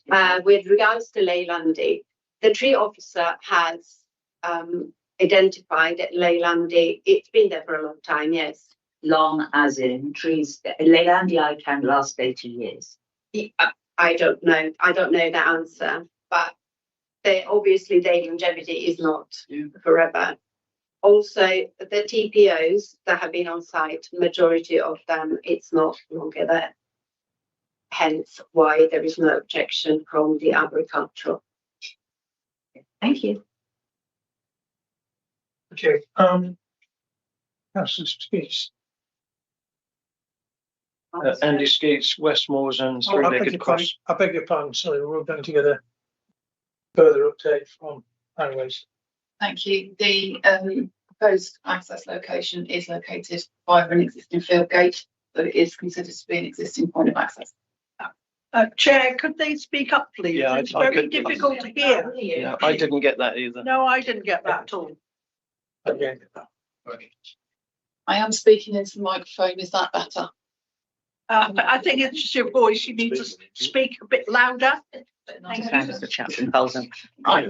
The proposed site location, the site access location, is at the point of an existing field gate, so it is considered to be at an existing access. Okay, thank you. Councillor Skeets. Andy Skeets from Westmoors and Three-Legged Cross. When you get something that's a proposal which offers affordable food, families, obviously there's an attraction there, isn't there? When there's jobs available, that's an attraction too. But some of the issues that have been raised by the officer are extremely strong in terms of the impact on the openness of the Greenbelt, and that has to be considered. I'm a bit disappointed though that if you recommend that we refuse this, that the actual parking, the traffic, and the impact on that local area, especially as I think the transport route was closest to the houses, looked quite narrow. And I don't know how much we've looked into that accessibility, and I'd like to know how we've looked into that, how we feel that traffic can get in and get out of that junction, because it looks like a narrow strip at the back of the building. So unless I've misread it, I can't really see how like an HGV or a truck supplying would be able to do that. And I'm just disappointed that there's nothing in there on the rejection side which backs up the impacts of the traffic, the noise, the fact that the parking actually does not meet the standards. I think it was stated they were less than they should be. So for me, I think those things should be in there, and I think I'd like officers to tell me why they're not, or consider some modification later. Thank you.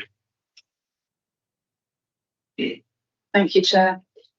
The access for the HGV deliveries to the delivery bay has been subject to a swept path analysis, which has been undertaken in accordance with the industry standards.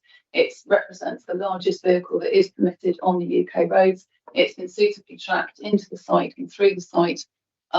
Originally, the application came in with the tracking showing the vehicle travelling counterclockwise, contrary to the circulation in the car park. We've discussed this with the applicant and have now demonstrated that the HGV can follow the one-way system through this car park so that it's not countering the internal flows and can access that way.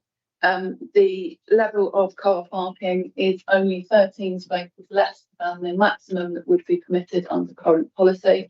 The applicant has submitted information from similar stores in similar locations that demonstrate the level of parking proposed is suitable to accommodate the level of demand expected at this particular store. Andy, may I come back? I don't need to introduce myself each time. Okay. Just looking, you just said about going across the car park. I thought there was like a road track at the rear of that. Is that not where the HGVs go? And if so, can the officer tell me how they turn round? I don't really get it. So it may be just me. I may just miss this, but. Thank you, Chair. My colleague's just finding the swept path analysis on slide so that members can see. Oh.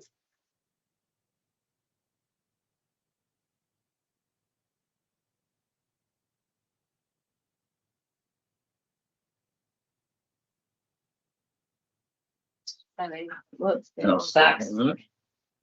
Go back. Go back. That's it.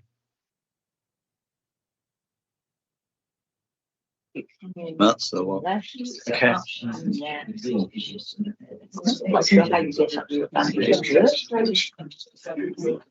They reverse the action, it seems to work. They just come into the car.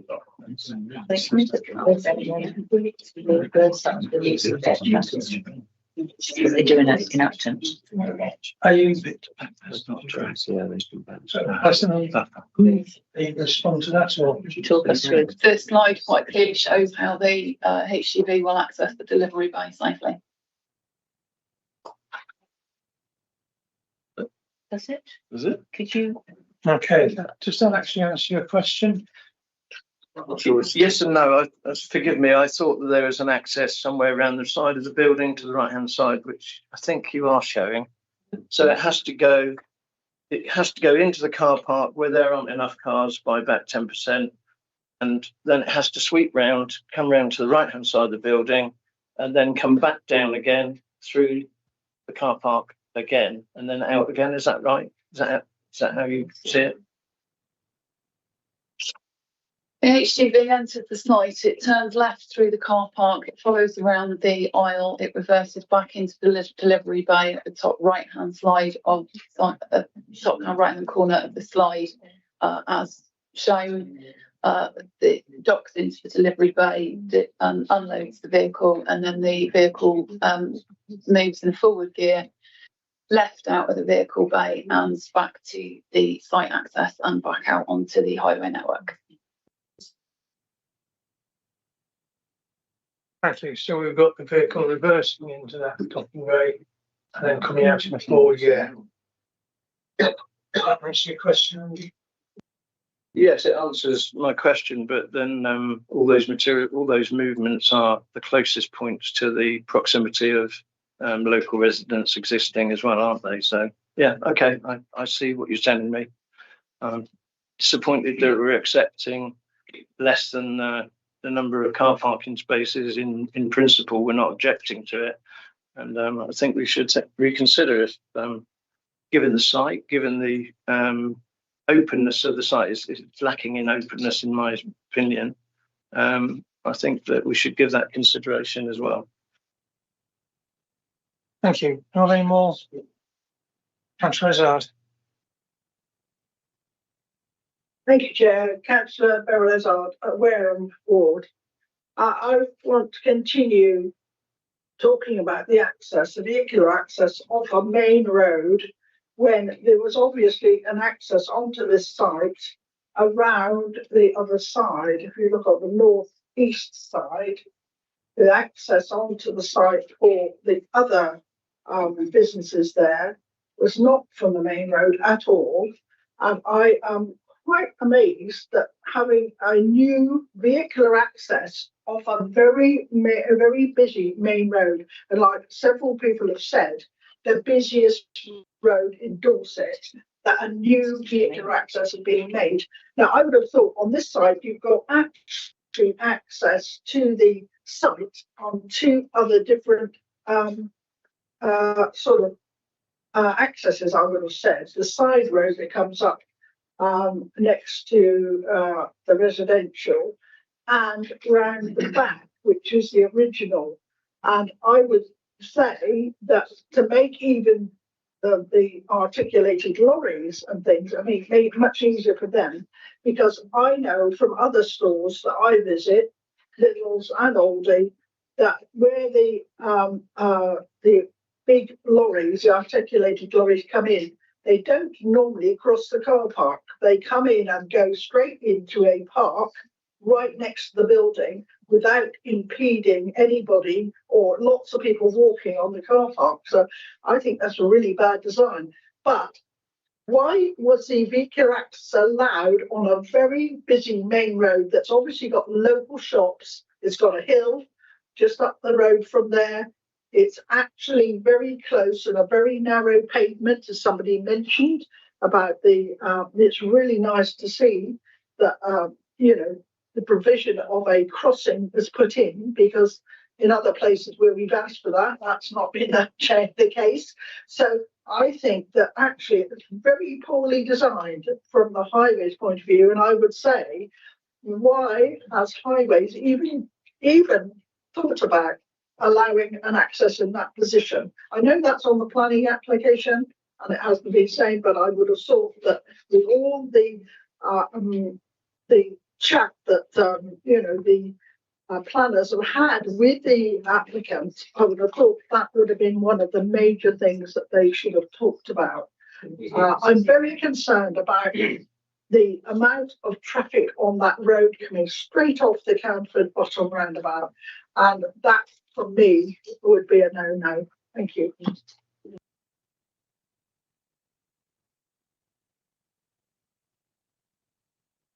Thank you. Can I just please ask you to refrain from applauding or cheering or jeering? Alice, in response to that. Thank you, Chair. We've considered the application that was presented to us and found it to be acceptable. The access from any other location was not available to the applicant and has not been presented to us. Therefore, we've not been able to consider it. Thank you.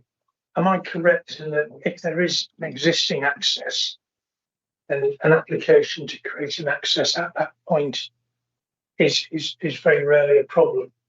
But there is a difference, I think, between the amount of traffic that would be using the current field access and will be using store access. Can you delve into that a little bit for me, please? Thank you, Chair. Yes, there is an existing field access at the location of the proposed site access. So obviously there is a change in the junction type. The principle of an access in this location has been established. The number of vehicles using Canford Bottom Road has been measured, and the current traffic volume is between 700 to 800 vehicles per hour on a weekday. So it's nowhere near the busiest road we have in Dorset. The speed of the traffic has also been measured and recorded. which is below 27 miles per hour in both directions. Therefore, the visibility displays that have been proposed are commensurate with the speed of the road and are acceptable. The junction radii and the swept path analysis undertaken demonstrate that all vehicles that are expected to access the site on a regular basis can access and egress the site without detriment to the existing highway safety.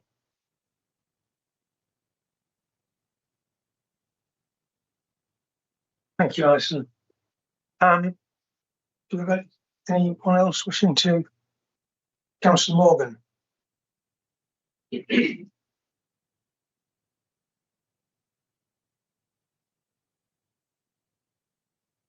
Yeah, Councillor Morgan representing Wimborne, Minster. I'm intrigued by the employment figures that are put down. We have information from Aldi that there's only about 2 or 3 people that work there. I know the buildings have been there a long time, at least 50 odd years to my knowledge. According to the report of our planning officer, we now seem to have risen to 15 to 20. And I just wondered, you know, and Aldi are basing part of their recommendation on the fact that they will be rushing in 40 people who all want to park and all want to rush out. So I'm just wondering, you know, what exactly is the employment status there? Thank you. The figures in the officer report are taken from the submitted information by the applicant. And that's what the report is based on. Right. I don't know what the current, the applicant has suggested recently that it's only 3 full-time staff, but we haven't got evidence of that. So it's as far as the report goes and submitted information, it came from the applicant. That's interesting because reading one communication we had from the applicant, they'd actually surveyed the part. Both buildings were about to fall down. There was 1 person stuck in one building and 2 in the other. And that was basically their assessment of the employment. So I'm interested where they've got all the others from, unless there's a sort of great rush to get in there. It just intrigues me, that's all. With regards to survey of the buildings, we have no information. That's never been submitted. And on balance, it is still a moderate increase in the years in employment. You answer your question, David? To some extent, yes. Thanks, Mr. Chairman. Yeah. Anybody else? Any questions or comments to make? Can I just confirm that if this were grey belt fund and if there were a retail need, then it would likely be approved? Or are there further considerations that even in that case rejected? Well, we can't answer that question because we're not in that position. At the moment, it's even if it was a grey belt, it wouldn't pass the test. And that's because there's no need, no retail need. We've got retail analysts, I think, online. Can we just have some comments from that, please? Interesting.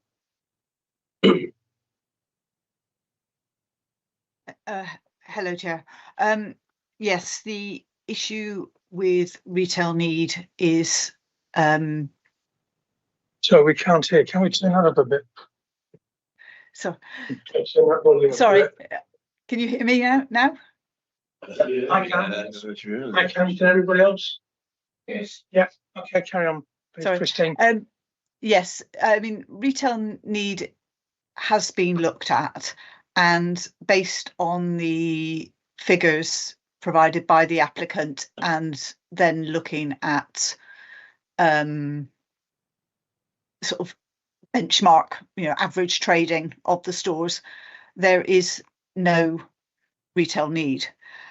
That is not surprising because the way spending on food and convenience items is expected to go in the future is that most spend is sort of not changing.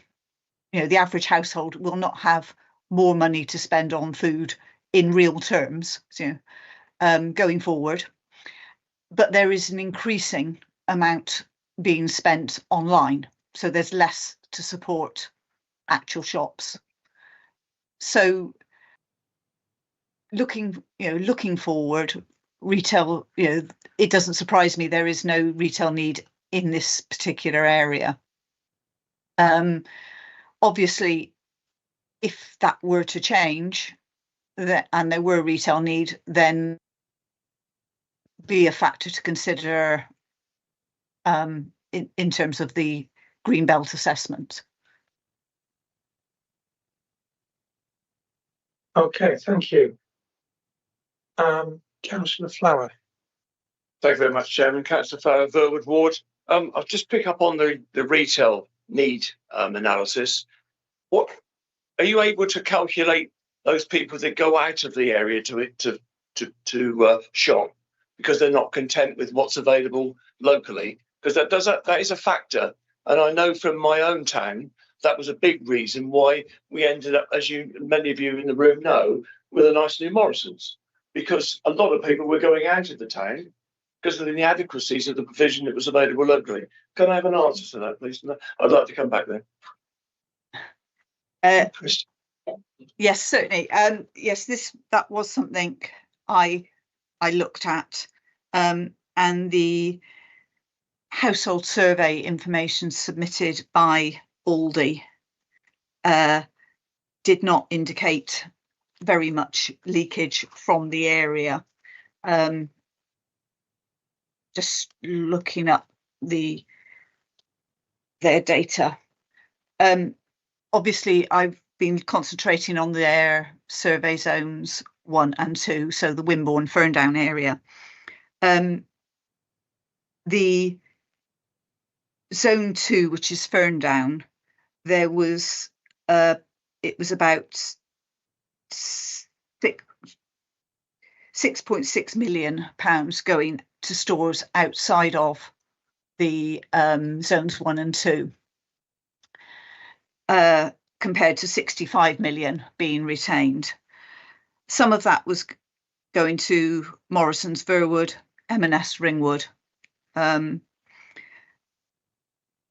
And in zone 1, which is much more extensive, the leakage was 14 million out with 60 million retained, so 14 million. But as you can see, there's a very large part of zone 1 to the north and west of Wimborne that you would expect to be going to somewhere else. You wouldn't be expecting people over towards Sturminster Marshall to be coming through to Coal Hill.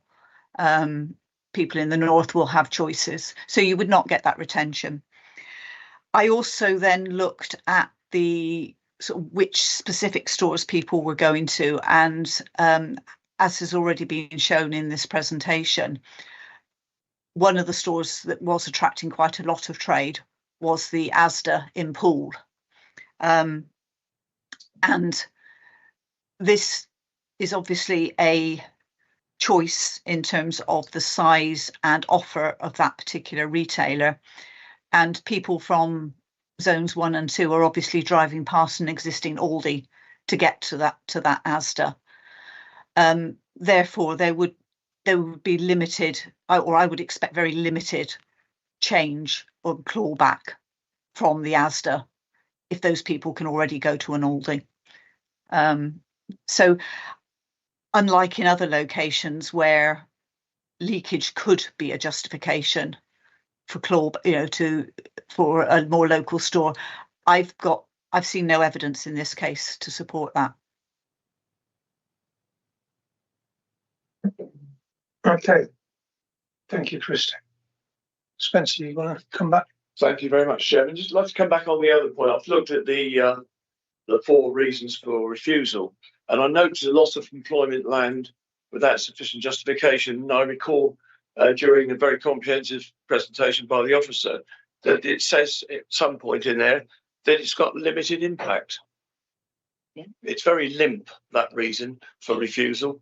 And yet we've had a lot of representations from the public concerned about highway issues, which isn't in one of the reasons for refusal. And given the comments by National Highways and the Dorset Council Highways, I don't think there is one, regardless of the impression that we get from local communities about the impact. I use Camford Bottom a little bit. I don't like it that much. I don't get it really. I find it quite confusing at times. But nevertheless, it is not a material reason for refusal. So despite all the concerns we've heard this morning, it's not on one of the 4 bullet points. One of the bullet points, in my judgment, is very weak, and the others are rather subjective. Because there is an immediate need around retail provision. What does the future? What does the future hold? We've got 1,600 dwellings going in Wimborne. Heaven knows what's going to happen in the future in the next local plan. All of us have seen stuff out for consultation at the moment. It's a judgment call, isn't it? That's why it's here.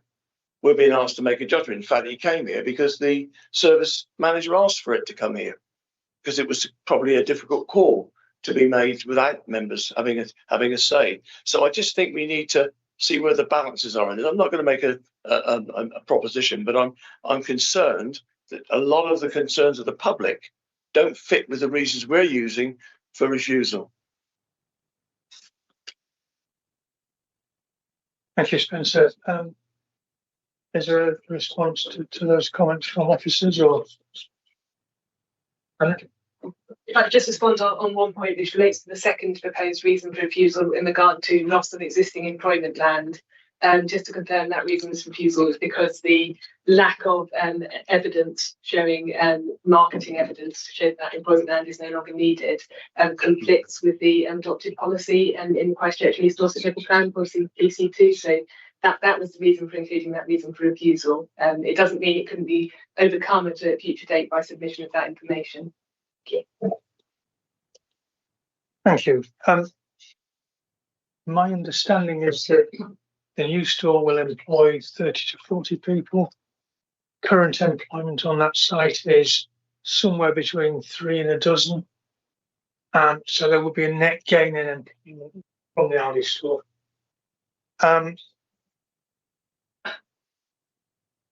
Councillor Brenton. Thank you, Chair. Lichett and Upton. Speaking as a ward member from Upton, we had a very, very similar situation in Upton when a site which was right next to the bypass came up for an Aldi application. At that time, there was a lot of concern amongst the residents that traffic which had been on the bypass at 50 or 60 miles an hour would come sweeping off the roundabout, and it would cause all sorts of traffic problems with pulling in and out of the Aldi store. Although occasionally there's 2 or 3 cars waiting to pull in and there's 2 or 3 cars waiting to pull out, it hasn't blocked the place up. There are issues further along, but that's Upton for you, by the roundabouts, but people do sort of adjust. It's quite weird. The other thing is that we have, it's not a particularly large site, so delivery lorries to the site, pull in, they drive across the car park, they put their nose out towards the side, and then they reverse in. So they do literally reverse across the car park into the loading bay for deliveries. It is now my regular shopping place because it is much more convenient to get to than Wimborne or, well, I wouldn't go to Wimborne for cheap shopping, or Creekmore. And a lot of people have chosen to stop there. So as they are actually avoiding Creekmore and the big Tesco and the big Asda and things like that, and using the Aldi instead, even though it's slightly smaller. So I'm quite interested on this because I understand what the residents think, but then at the same time, in my inbox, I have not had any emails from anyone saying you must reject it, but I have had more than 50 saying please, because Wimborne is short of affordable shopping, and it will mean we don't necessarily have to drive so far, and we could actually get to this one on a bus, because not everybody does drive, even in prosperous Wimborne. So I've got two sides of that going on. The other thing is that here we're talking about lack of demand, and the East Dorset core strategy of 2014, I hate to say it, but that's a few years ago. And we are preparing a new local plan. This could change. Things are in a state of flux in planning at the moment. The NPPF keeps being updated. We have this concept of greenbelt. If you actually look at the reasons originally given for greenbelt, it was to preserve openness. Well, this is an overgrown corner site which doesn't appear to link with the rest of the greenbelt further on. There's no public footpath through it. It's an overgrown field. Does it really actually add to the area? I would have said actually that the Ley add to the area, and they screen it. But that little corner of a field is not a great asset to Greenbelt. And I hate to say it, but we had a big argument in Wareham and Sandford about having a little supermarket on Greenbelt site. And that was quite heated, wasn't it? I'm looking at another councillor who voted completely the opposite to me. But there we had a lot of feedback from the public before the meeting saying if we gave permission for that one, they would not have to drive to Poole. Now, they're all things to consider. We may be in a situation of stopping the future because it's coming anyway. Thank you, Alex. Get a response. I'd just like to say on that, if we're driving to Poole, take road piles, and exhaust fumes, and all the rest of it into consideration as well, alongside what Alex has just said. So, thank you, Chair. Yes, the residents of Wimborne and Coal Hill are already doing their shopping somewhere. This is giving them another choice to do their shopping, some which is closer than the Tesco at Ferndown, the Sainsbury's and Lidl at Trickett Cross. So yes, we have already taken into consideration the reduction in vehicle miles and the impact on the road network as a result, because the vehicles are already there, already undertaking some form of trip to purchase their shopping. So not all of the trips associated with this will be new to the network. They're already on the network somewhere, but they will divert for this trip, this store. okay, thank you. So if people are going to travel fewer miles to get their shopping, is that a good thing or not? Certainly, yes. Okay, thank you. Andy, Councillor Skeets. Thank you, Mr. Chairman. Can you just remind me the number of objections against the number of letters for? 274, 255. More against. A lot of people for. See a lot of people. So can we keep the background noise to a minimum, please, if you don't mind? It distracts from what the officers are saying, and it can confuse people watching online. So a little bit of restraint will be appreciated. Thank you. 350 to 174.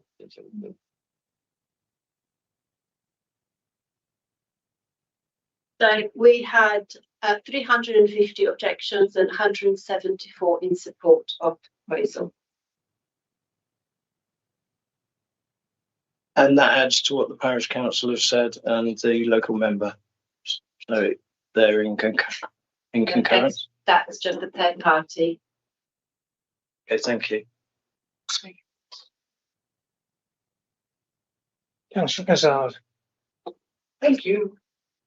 Can I go back to Councillor Brenton's comments about Oldie at Upton? I was on the planning committee for that, and we desperately asked for a crossing to be put in, and that was not done because the highway said it doesn't warrant it. Same at Littles at Sandford, but this one actually has proposed a proper crossing. Okay, it's on a busy road and it's all the other things. But can I just remind you that at Oldie Upton there has been a fatality on that crossing in the last 6 months. So be warned, don't think that it's easy to get in and out of these places because it isn't. I visit there quite often. I've visited Littles and Oldie for over 20 years because I used to have a B&B and I found them very useful. But the nearest one to Wareham, and although I objected to the one in Wareham and I had a predetermination, I was not in the discussion, and I gave my piece and walked out the room, and after 2.5 hours it was discussed and it was actually granted. But what I'm saying here is this is a different kettle of fish. I think that I would like to say that I would like the fact that a condition be put in about the traffic, although it's not supported by Dorset Council, that where it is and the access is not in the correct place. Okay, they put that in, but I would say that it's not where it should be. If they're going to have an access to this site, it should be where the original access is and not a new one off of a main road. And I would actually say that I don't know why the reasons for that was and why that wasn't questioned at the time, because you said it wasn't. But I must say that I am very, very unhappy with the situation. And when you say about 300 objections, 350 objections and only 174, that's double the objections. Whether we got loads of people sending us emails in support of it, that is not what the actual evidence is here. So I would say on balance, and the fact that although there is retail needed, possibly of this sort of nature, I would say it is in the wrong place. It's on the green belt. It's really not accessible in the way that it should be. It's not been considered that the access should be in another place. And even though that may not suit people, I still think that the objection should have, if you're going to have refusal, to actually add on the thing about the access, the vehicular access, not being in the correct place. I know it might be difficult to do that, but that's what I would support. Thank you, Councillor Hazard. Do we have comments or questions from anybody else? Any responses to that? Anna, yeah. Thank you, Chairman. I just wanted to respond in relation to suggestion around an potential additional reason for refusal on highways grounds, and just to highlight the relevant test in the National Planning Policy Framework, which is paragraph 116, and does set out that development should only be prevented or refused on highways grounds if there be an unacceptable impact on highway safety or the residual cumulative impacts on the road network following mitigation would be severe, taking into account reasonable future scenarios. And the reason I wanted to highlight that is I think a reason for refusal based around an alternative form of access not having been considered would be very difficult to defend. I think what we need to understand is what the concern is, having heard the advice from the highways officer about the proposal in front of the committee and where the concerns lay with that proposal. Thanks, Anna. So my impression from that is that The access is not perfect, could be better, but it's not bad. And if it's not bad, that doesn't necessarily give us a reason for refusal that we can defend at appeal. Councillor Azad again. Yeah, can I come back on that and say, yeah, okay, if you can't make a case for that, and I'm still not happy about that. I would, if there's nobody else going to question, can I propose that we follow what the planning officer says about refusing it? So that's a proposal to accept the recommendation. Sorry. That's a proposal to accept the recommendation as per the officer's report. Is that correct? Yes. Okay. And Councillor Speech. I would second that. Thank you. Thank you. We've had a proposal and a seconder. If anyone else wants to make questions or comments, if not, then we can take a vote on that proposal. Nobody wants to say anything? Okay. All those in favour of accepting and approving the officer's recommendation, which is to reject the application. Sorry if that came out a little bit confused. Support. The proposal is to refuse the application as per the officer's recommendation. All those in favour of that proposal, please show. 1, 2. So 2. All those opposed to that proposal. Recommendation.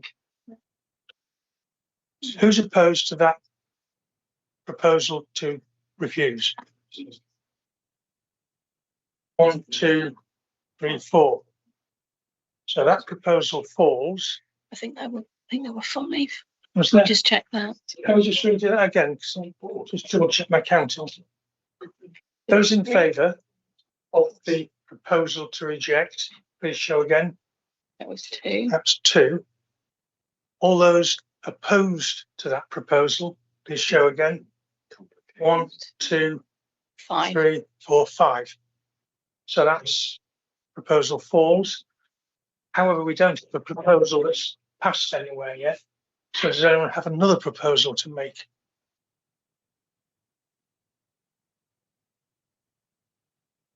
Councillor Flower. I'll put one on the table, Chairman. I think, and I do appreciate the time taken to give us a really comprehensive overview of the application, because you always get some of the sort of background stuff that you wouldn't necessarily get from just reading the report. And it sort of, the longer it went on, the more it changed my mind. I think there are some uncertainties in here, and I noticed some balances on the one hand and on the other hand, and all the various agencies that got involved in this. And so we got a refusal, so we'll have to put an approval on the table, and I'm going to do that. I think there are very special circumstances. I am aware from comments from colleagues around the inadequacies of some of the shopping opportunities in the vicinity, both cost-wise and what's on offer. And yes, it may not be the ideal place. Having said that, as I made that point earlier, highways with conditions are not objecting. A number of factors, agencies, I looked at it here, are not objecting. The openness of the green belt is always a challenge, isn't it? Because it's a designation of land use that if we come up with special circumstances, we can justify changing it, even if it is during a period of a local plan. I think that's what we're being asked to do today. And I take the view that if you bring an item to committee, you're asking us to make a judgment. We make a judgment based on fact and the available information. And I'd pick up on what was said about the number of emails in support. I had none against. I had none, well, probably about 50, probably the same as that Alex has had. Never known that to happen at all. Now, that in itself doesn't necessarily have a lot of weight. I think it's the material planning considerations that we need to take into account this morning. And I think there are wider community benefits to be had from offering another opportunity for retail outlet, because there's no doubt about it. There is growth in the area. There's been already growth in and around Wimborne. There'll be a lot more coming through. And a comment was made earlier about the accessibility to affordable shopping. This can't be just shopping on itself. So I will move grant on the basis that there are special circumstances based around the wider community benefit and a reduction in travel, because I picked that up earlier as well. Thank you, Spencer. Do we have a seconder for that proposal? Councillor Gorringe. Yeah, Councillor Barry Gorringe, St Leonard St Ives. I back Spencer's proposal as a second that. Okay, thank you. You'll need to consider conditions. Yes. Yeah, conditions and Secretary of State and Section 1. If we are minded to do this, then if we do approve it and grant it, it will be referred to the Secretary of State, who may or may not call it in. That's similar to the one at Sanford, which wasn't called in the end. And we'll need to be able to put some conditions on it. So we need to think about lighting and all the rest of it. And any other reasons or conditions, so they've got to be justified. Councillor Coombs. Thank you, Chairman. I think, as is with many of the applications that we end up having here, we're between a rock and a hard place. I understand the feelings that the local residents have. I also understand that some of the conclusions, for example, the shopping analysis has come to, and yet we're going up to consultation on a new local plan, which, although is such an oversight, we can't give it any weight. But behind all of that is the government's insistence on increasing our housing numbers by 80%. That's not something that we've chosen to do as Dorset. That is something that's being imposed on us. And I've represented, but I should have said sorry, I represent Burwood. I've represented Burwood now for 26 years, and we have seen massive growth over that time. And the biggest complaint I got was, why do you put the infrastructure in afterwards? So here we are in a position where we have an opportunity to get some major infrastructure in ahead of increased development within this part of Dorset. You know, we're damned if we do and we're damned if we don't. Which is why partly I have come down on look to the future, because I think some of those research data will change over time, and this isn't going to turn up tomorrow. It's going to take a while to be finalised and developed. But you asked about some conditions, Chairman. There are obviously the standard things like the scheme of plans, landscaping conditions, materials condition, drainage that's been mentioned in the report, acoustics, access and parking and security, biodiversity, environmental protection, particularly about contamination and air quality, and also sill. I think I've hopefully captured most of them. Lighting. Yeah.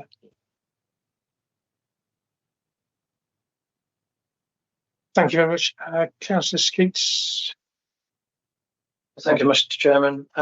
Obviously, each council has their own view, and it's not for me to impact on their view in that sense. But I'm finding it hard to believe that we're in this position where the NPPF has been upheld by the officer correctly, and that we would go against that, because I don't think there's a strong enough reason to overturn that, which is why my proposal was there.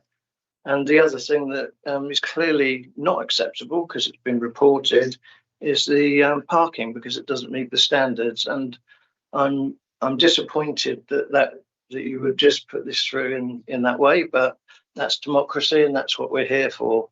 I would also like to remind people that if Verwood was built, then West Moors between Verwood and the A31 and this store as well. When we already have another supermarket with a different name, but the same sort of branding locally. But it is what it is. If that's how you see it, I'm really surprised, but so be it.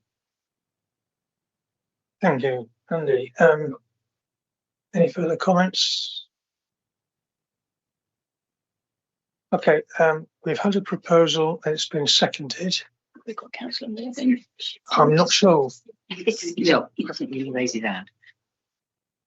I looked at Councillor Morgan. I wasn't sure if his hand was up or it was just resting as it often does.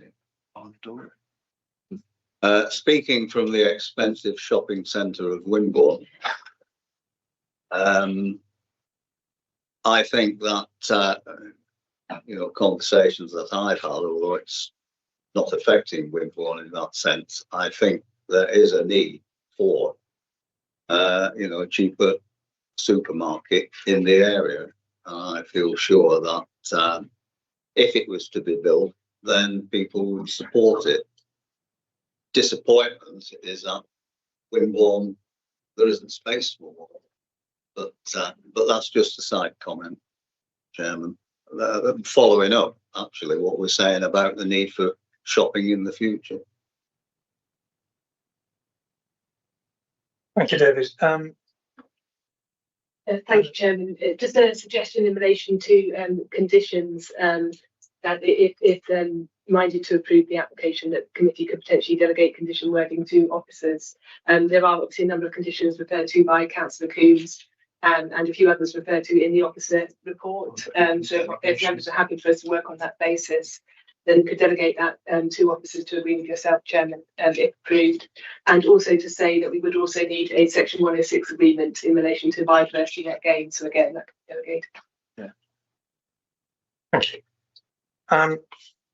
In terms of NPPF, Councillor expansions, if there was an established need for this, then paragraph 155B be active and we could grant under that.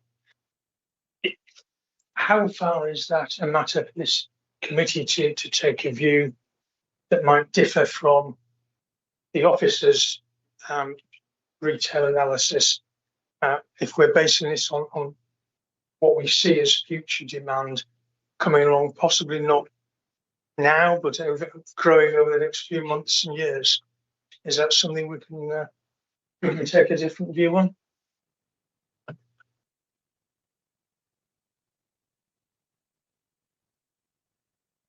If one of the officers might want to, I'm not sure there's an answer, somewhere. No, there isn't.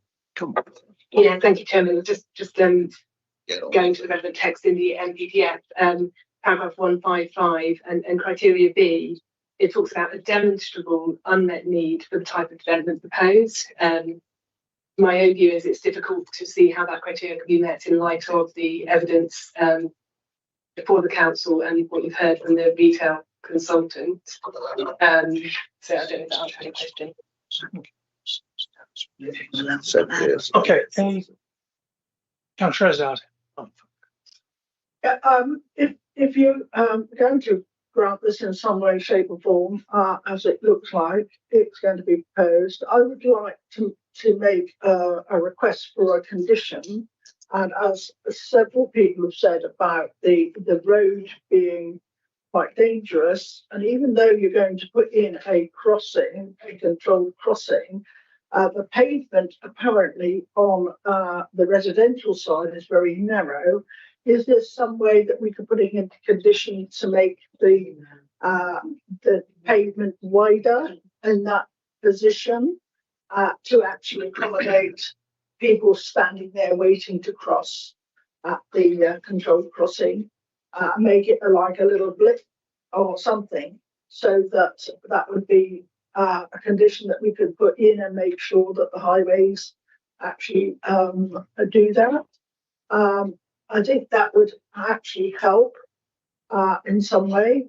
The road's quite wide. If you're going to do a crossover in the middle somewhere to go in, the pedestrian crossing slightly beyond it, and so that you could have a slight widening of the pavement as you people walk along to cross at the controlled crossing.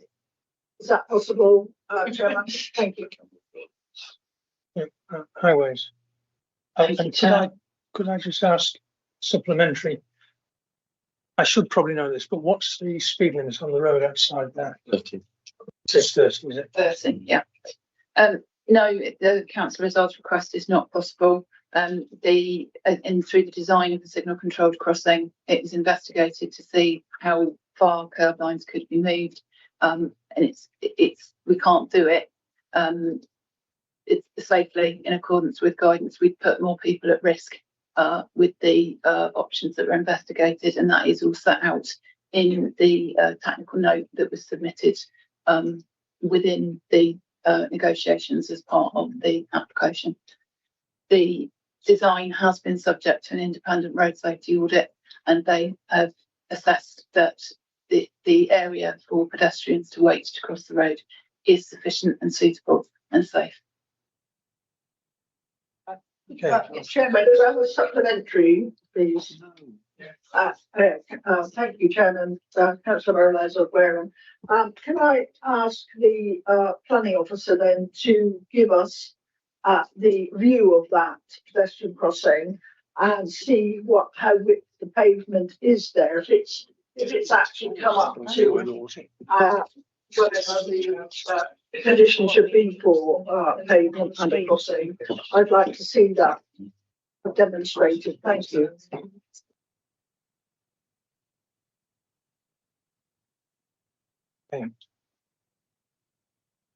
So if I can find the plan that will actually show that. Bear with us 2 minutes. Not doing that side. Yeah, it's been seconded. Barry seconded. You could get around the voting with it now.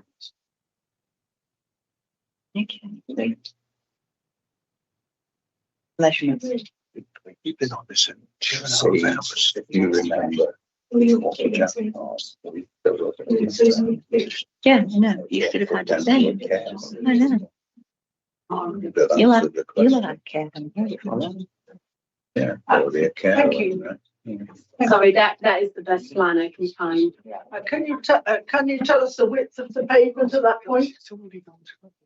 No. That's okay. Okay, sorry we can't get an answer for that.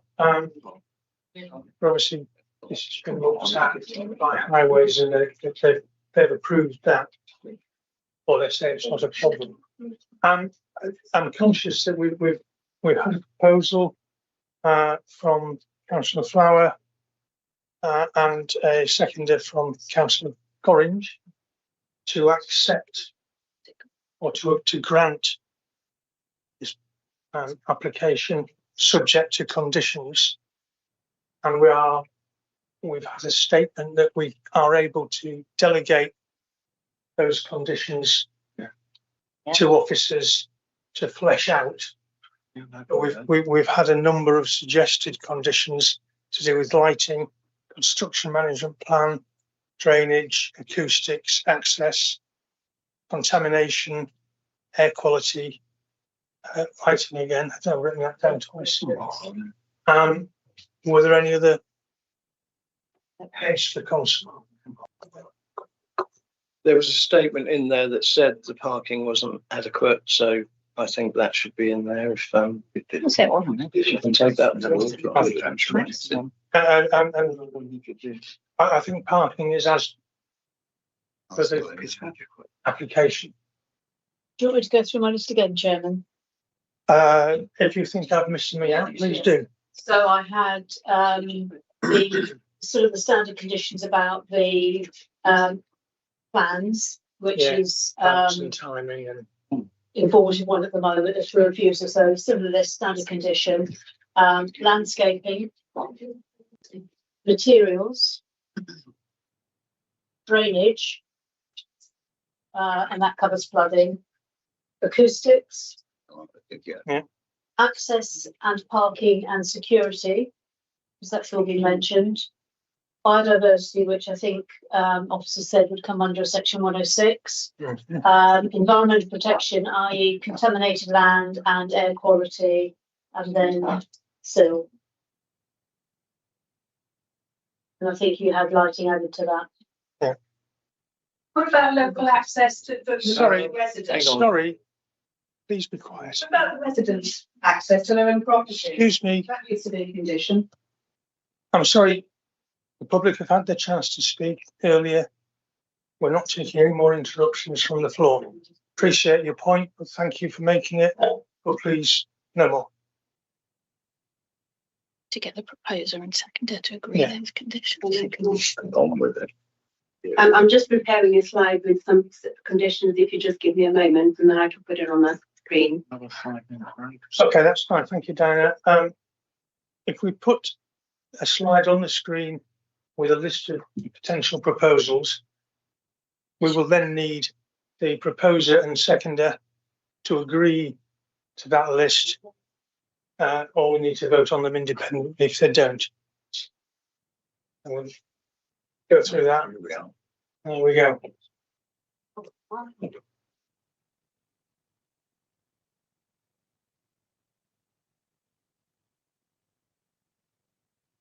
Can we just lift that list up a little bit?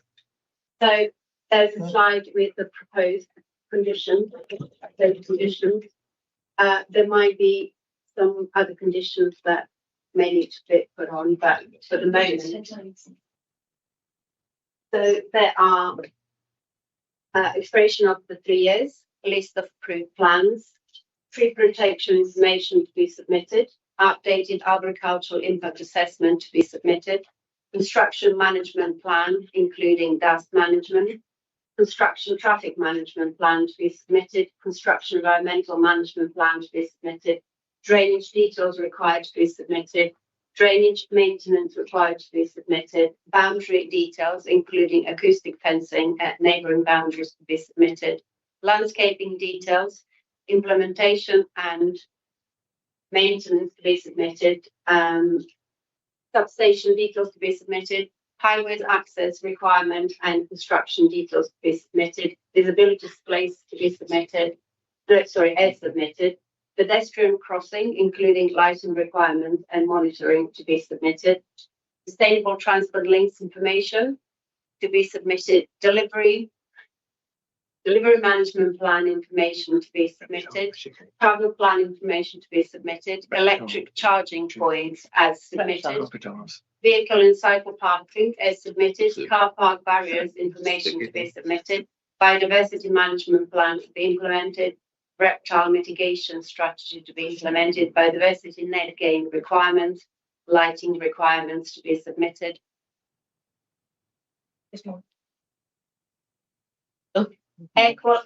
Noise impact assessment as submitted by acoustic fencing to the neighbouring property required. Air quality impact assessment as submitted. Opening hours, delivery hours, contaminated land, unexpected fines condition. Use as a discount food store only condition, and removal of feeding rights for the collection lockers.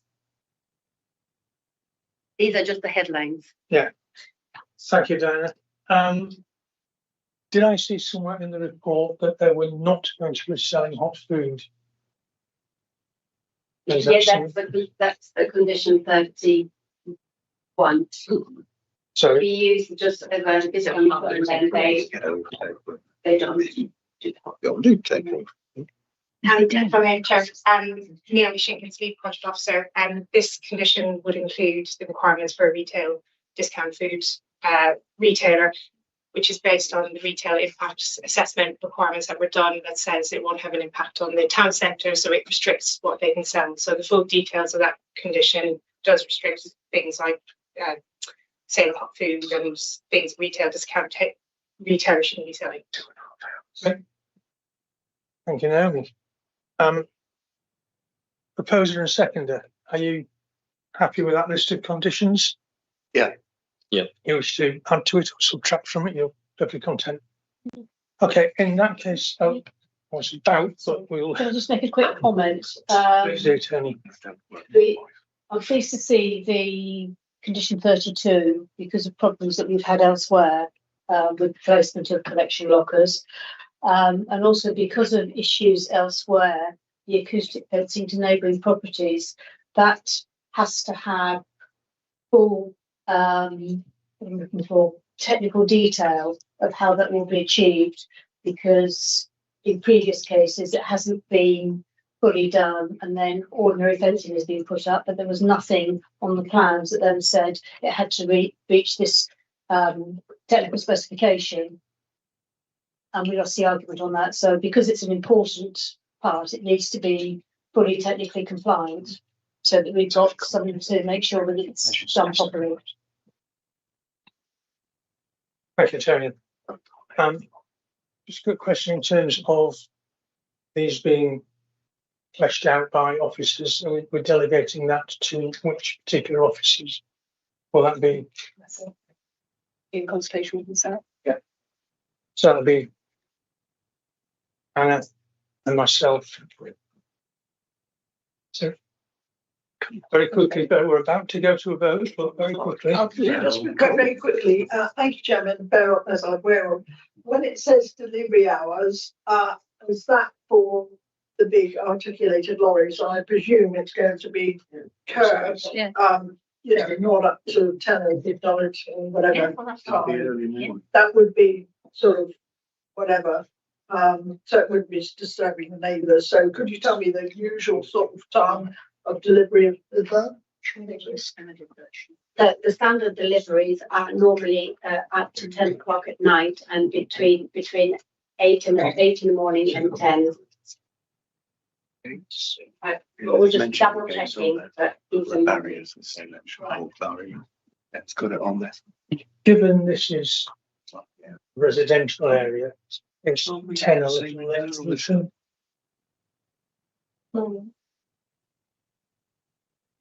Same in Verwood. My suggestion on that might be between 8 and 8. That work. We'll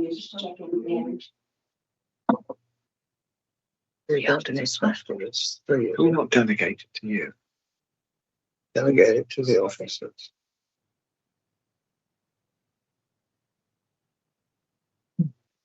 Condition we've used previously would be no delivery shall be taken at or dispatched from the site outside the hours of 7 a.m. to 9 p.m. Monday to Saturday and 8 a.m. to 6 p.m. on Sundays and public holidays. Okay. Right. Okay. If we move to the vote, so we've had a proposal from Councillor Flower, seconded by Councillor Gorringe, to grant permission subject to the list of conditions to be agreed between officers and myself. All those in favour, please show hand. 106 agreement to go with. Oh, sorry, the 106 agreement. And 106. And 106. Yeah. 1, 2, 3, 4, 5. Against 2, which I take it is then carried. So this approval is granted. It will be referred to the Secretary of State, so it's not done and dusted yet. Will the residents decline? Might not kill me on my way out. They've got long going because I've got a meeting. I've got a meeting in an hour. An hour? You'll be home. It's online. Oh. It's online. You're going to sit in the shed. You see, the application committee, you and the told me to have seen the entrance. We were here till 4 o'clock.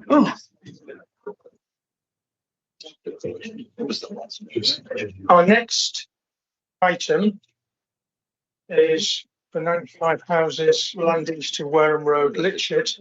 It's currently 12:35. I would propose a break. I would propose a break for lunch of 45 minutes.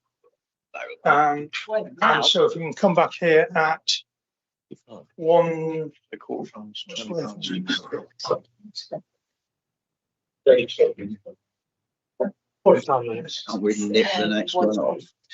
Yeah, 1:20. So we're back here at 1:20.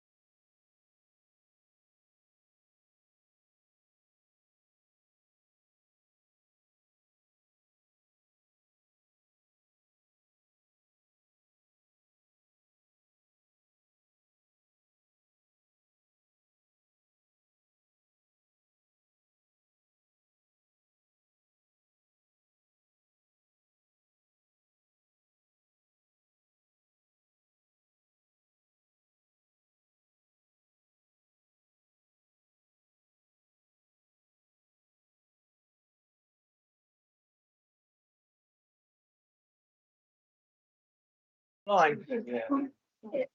Good afternoon, everybody. Cheers. We were quorate this morning. No, we've got to go. Sadly, we have now lost a number of councillors due to unavoidable commitments, which means that there are now 5 committee members left in the room. That's myself, Councillor Essard, Councillor Skates, Councillor Morgan, and Councillor Brenton. That's only 5. We need 6 to be quorate. We don't have 6 members, therefore we are not quorate. Therefore, this meeting can no longer take place. The remaining items on the agenda will be deferred to the, I think the best answer at the moment is the earliest possible opportunity, probably October. Yeah. And I apologise to all of those who have tuned in wanting to see their application discussed or have appeared in person ready to speak on the applications, but I'm afraid there's not a great deal that we can do. You may speak if you wish, councillors. We're not actually quorate, so it's not. Okay, I just wanted to say, I think there was another meeting brought forward for the 23rd of this month. That 23rd or 24th or something. That one is already full. It's already full, is it? Oh, I see. So that's why everything today will be deferred. It's, I say, it'll be deferred to the earliest opportunity. That will probably be October, but at the moment, there are judgment calls to make. I'm sure our officers will do that excellently well. I did try and call David Shortell from Westmoors, but he's incapacitated. He can't do it. So I did try because there's a lot of money and a lot of time for people. No, thank you. But unless he's read the papers in advance, then yeah, exactly. We couldn't do it anyway. No, we have explored a number of options to try and become quorate this afternoon. And my thanks to the officers, Democratic Services and Kim for doing that. But we are saying we're non-quorate, so this meeting isn't happening right now. And the items will be deferred. So thank you all very much for coming, and I was going to say I'll declare the meeting closed.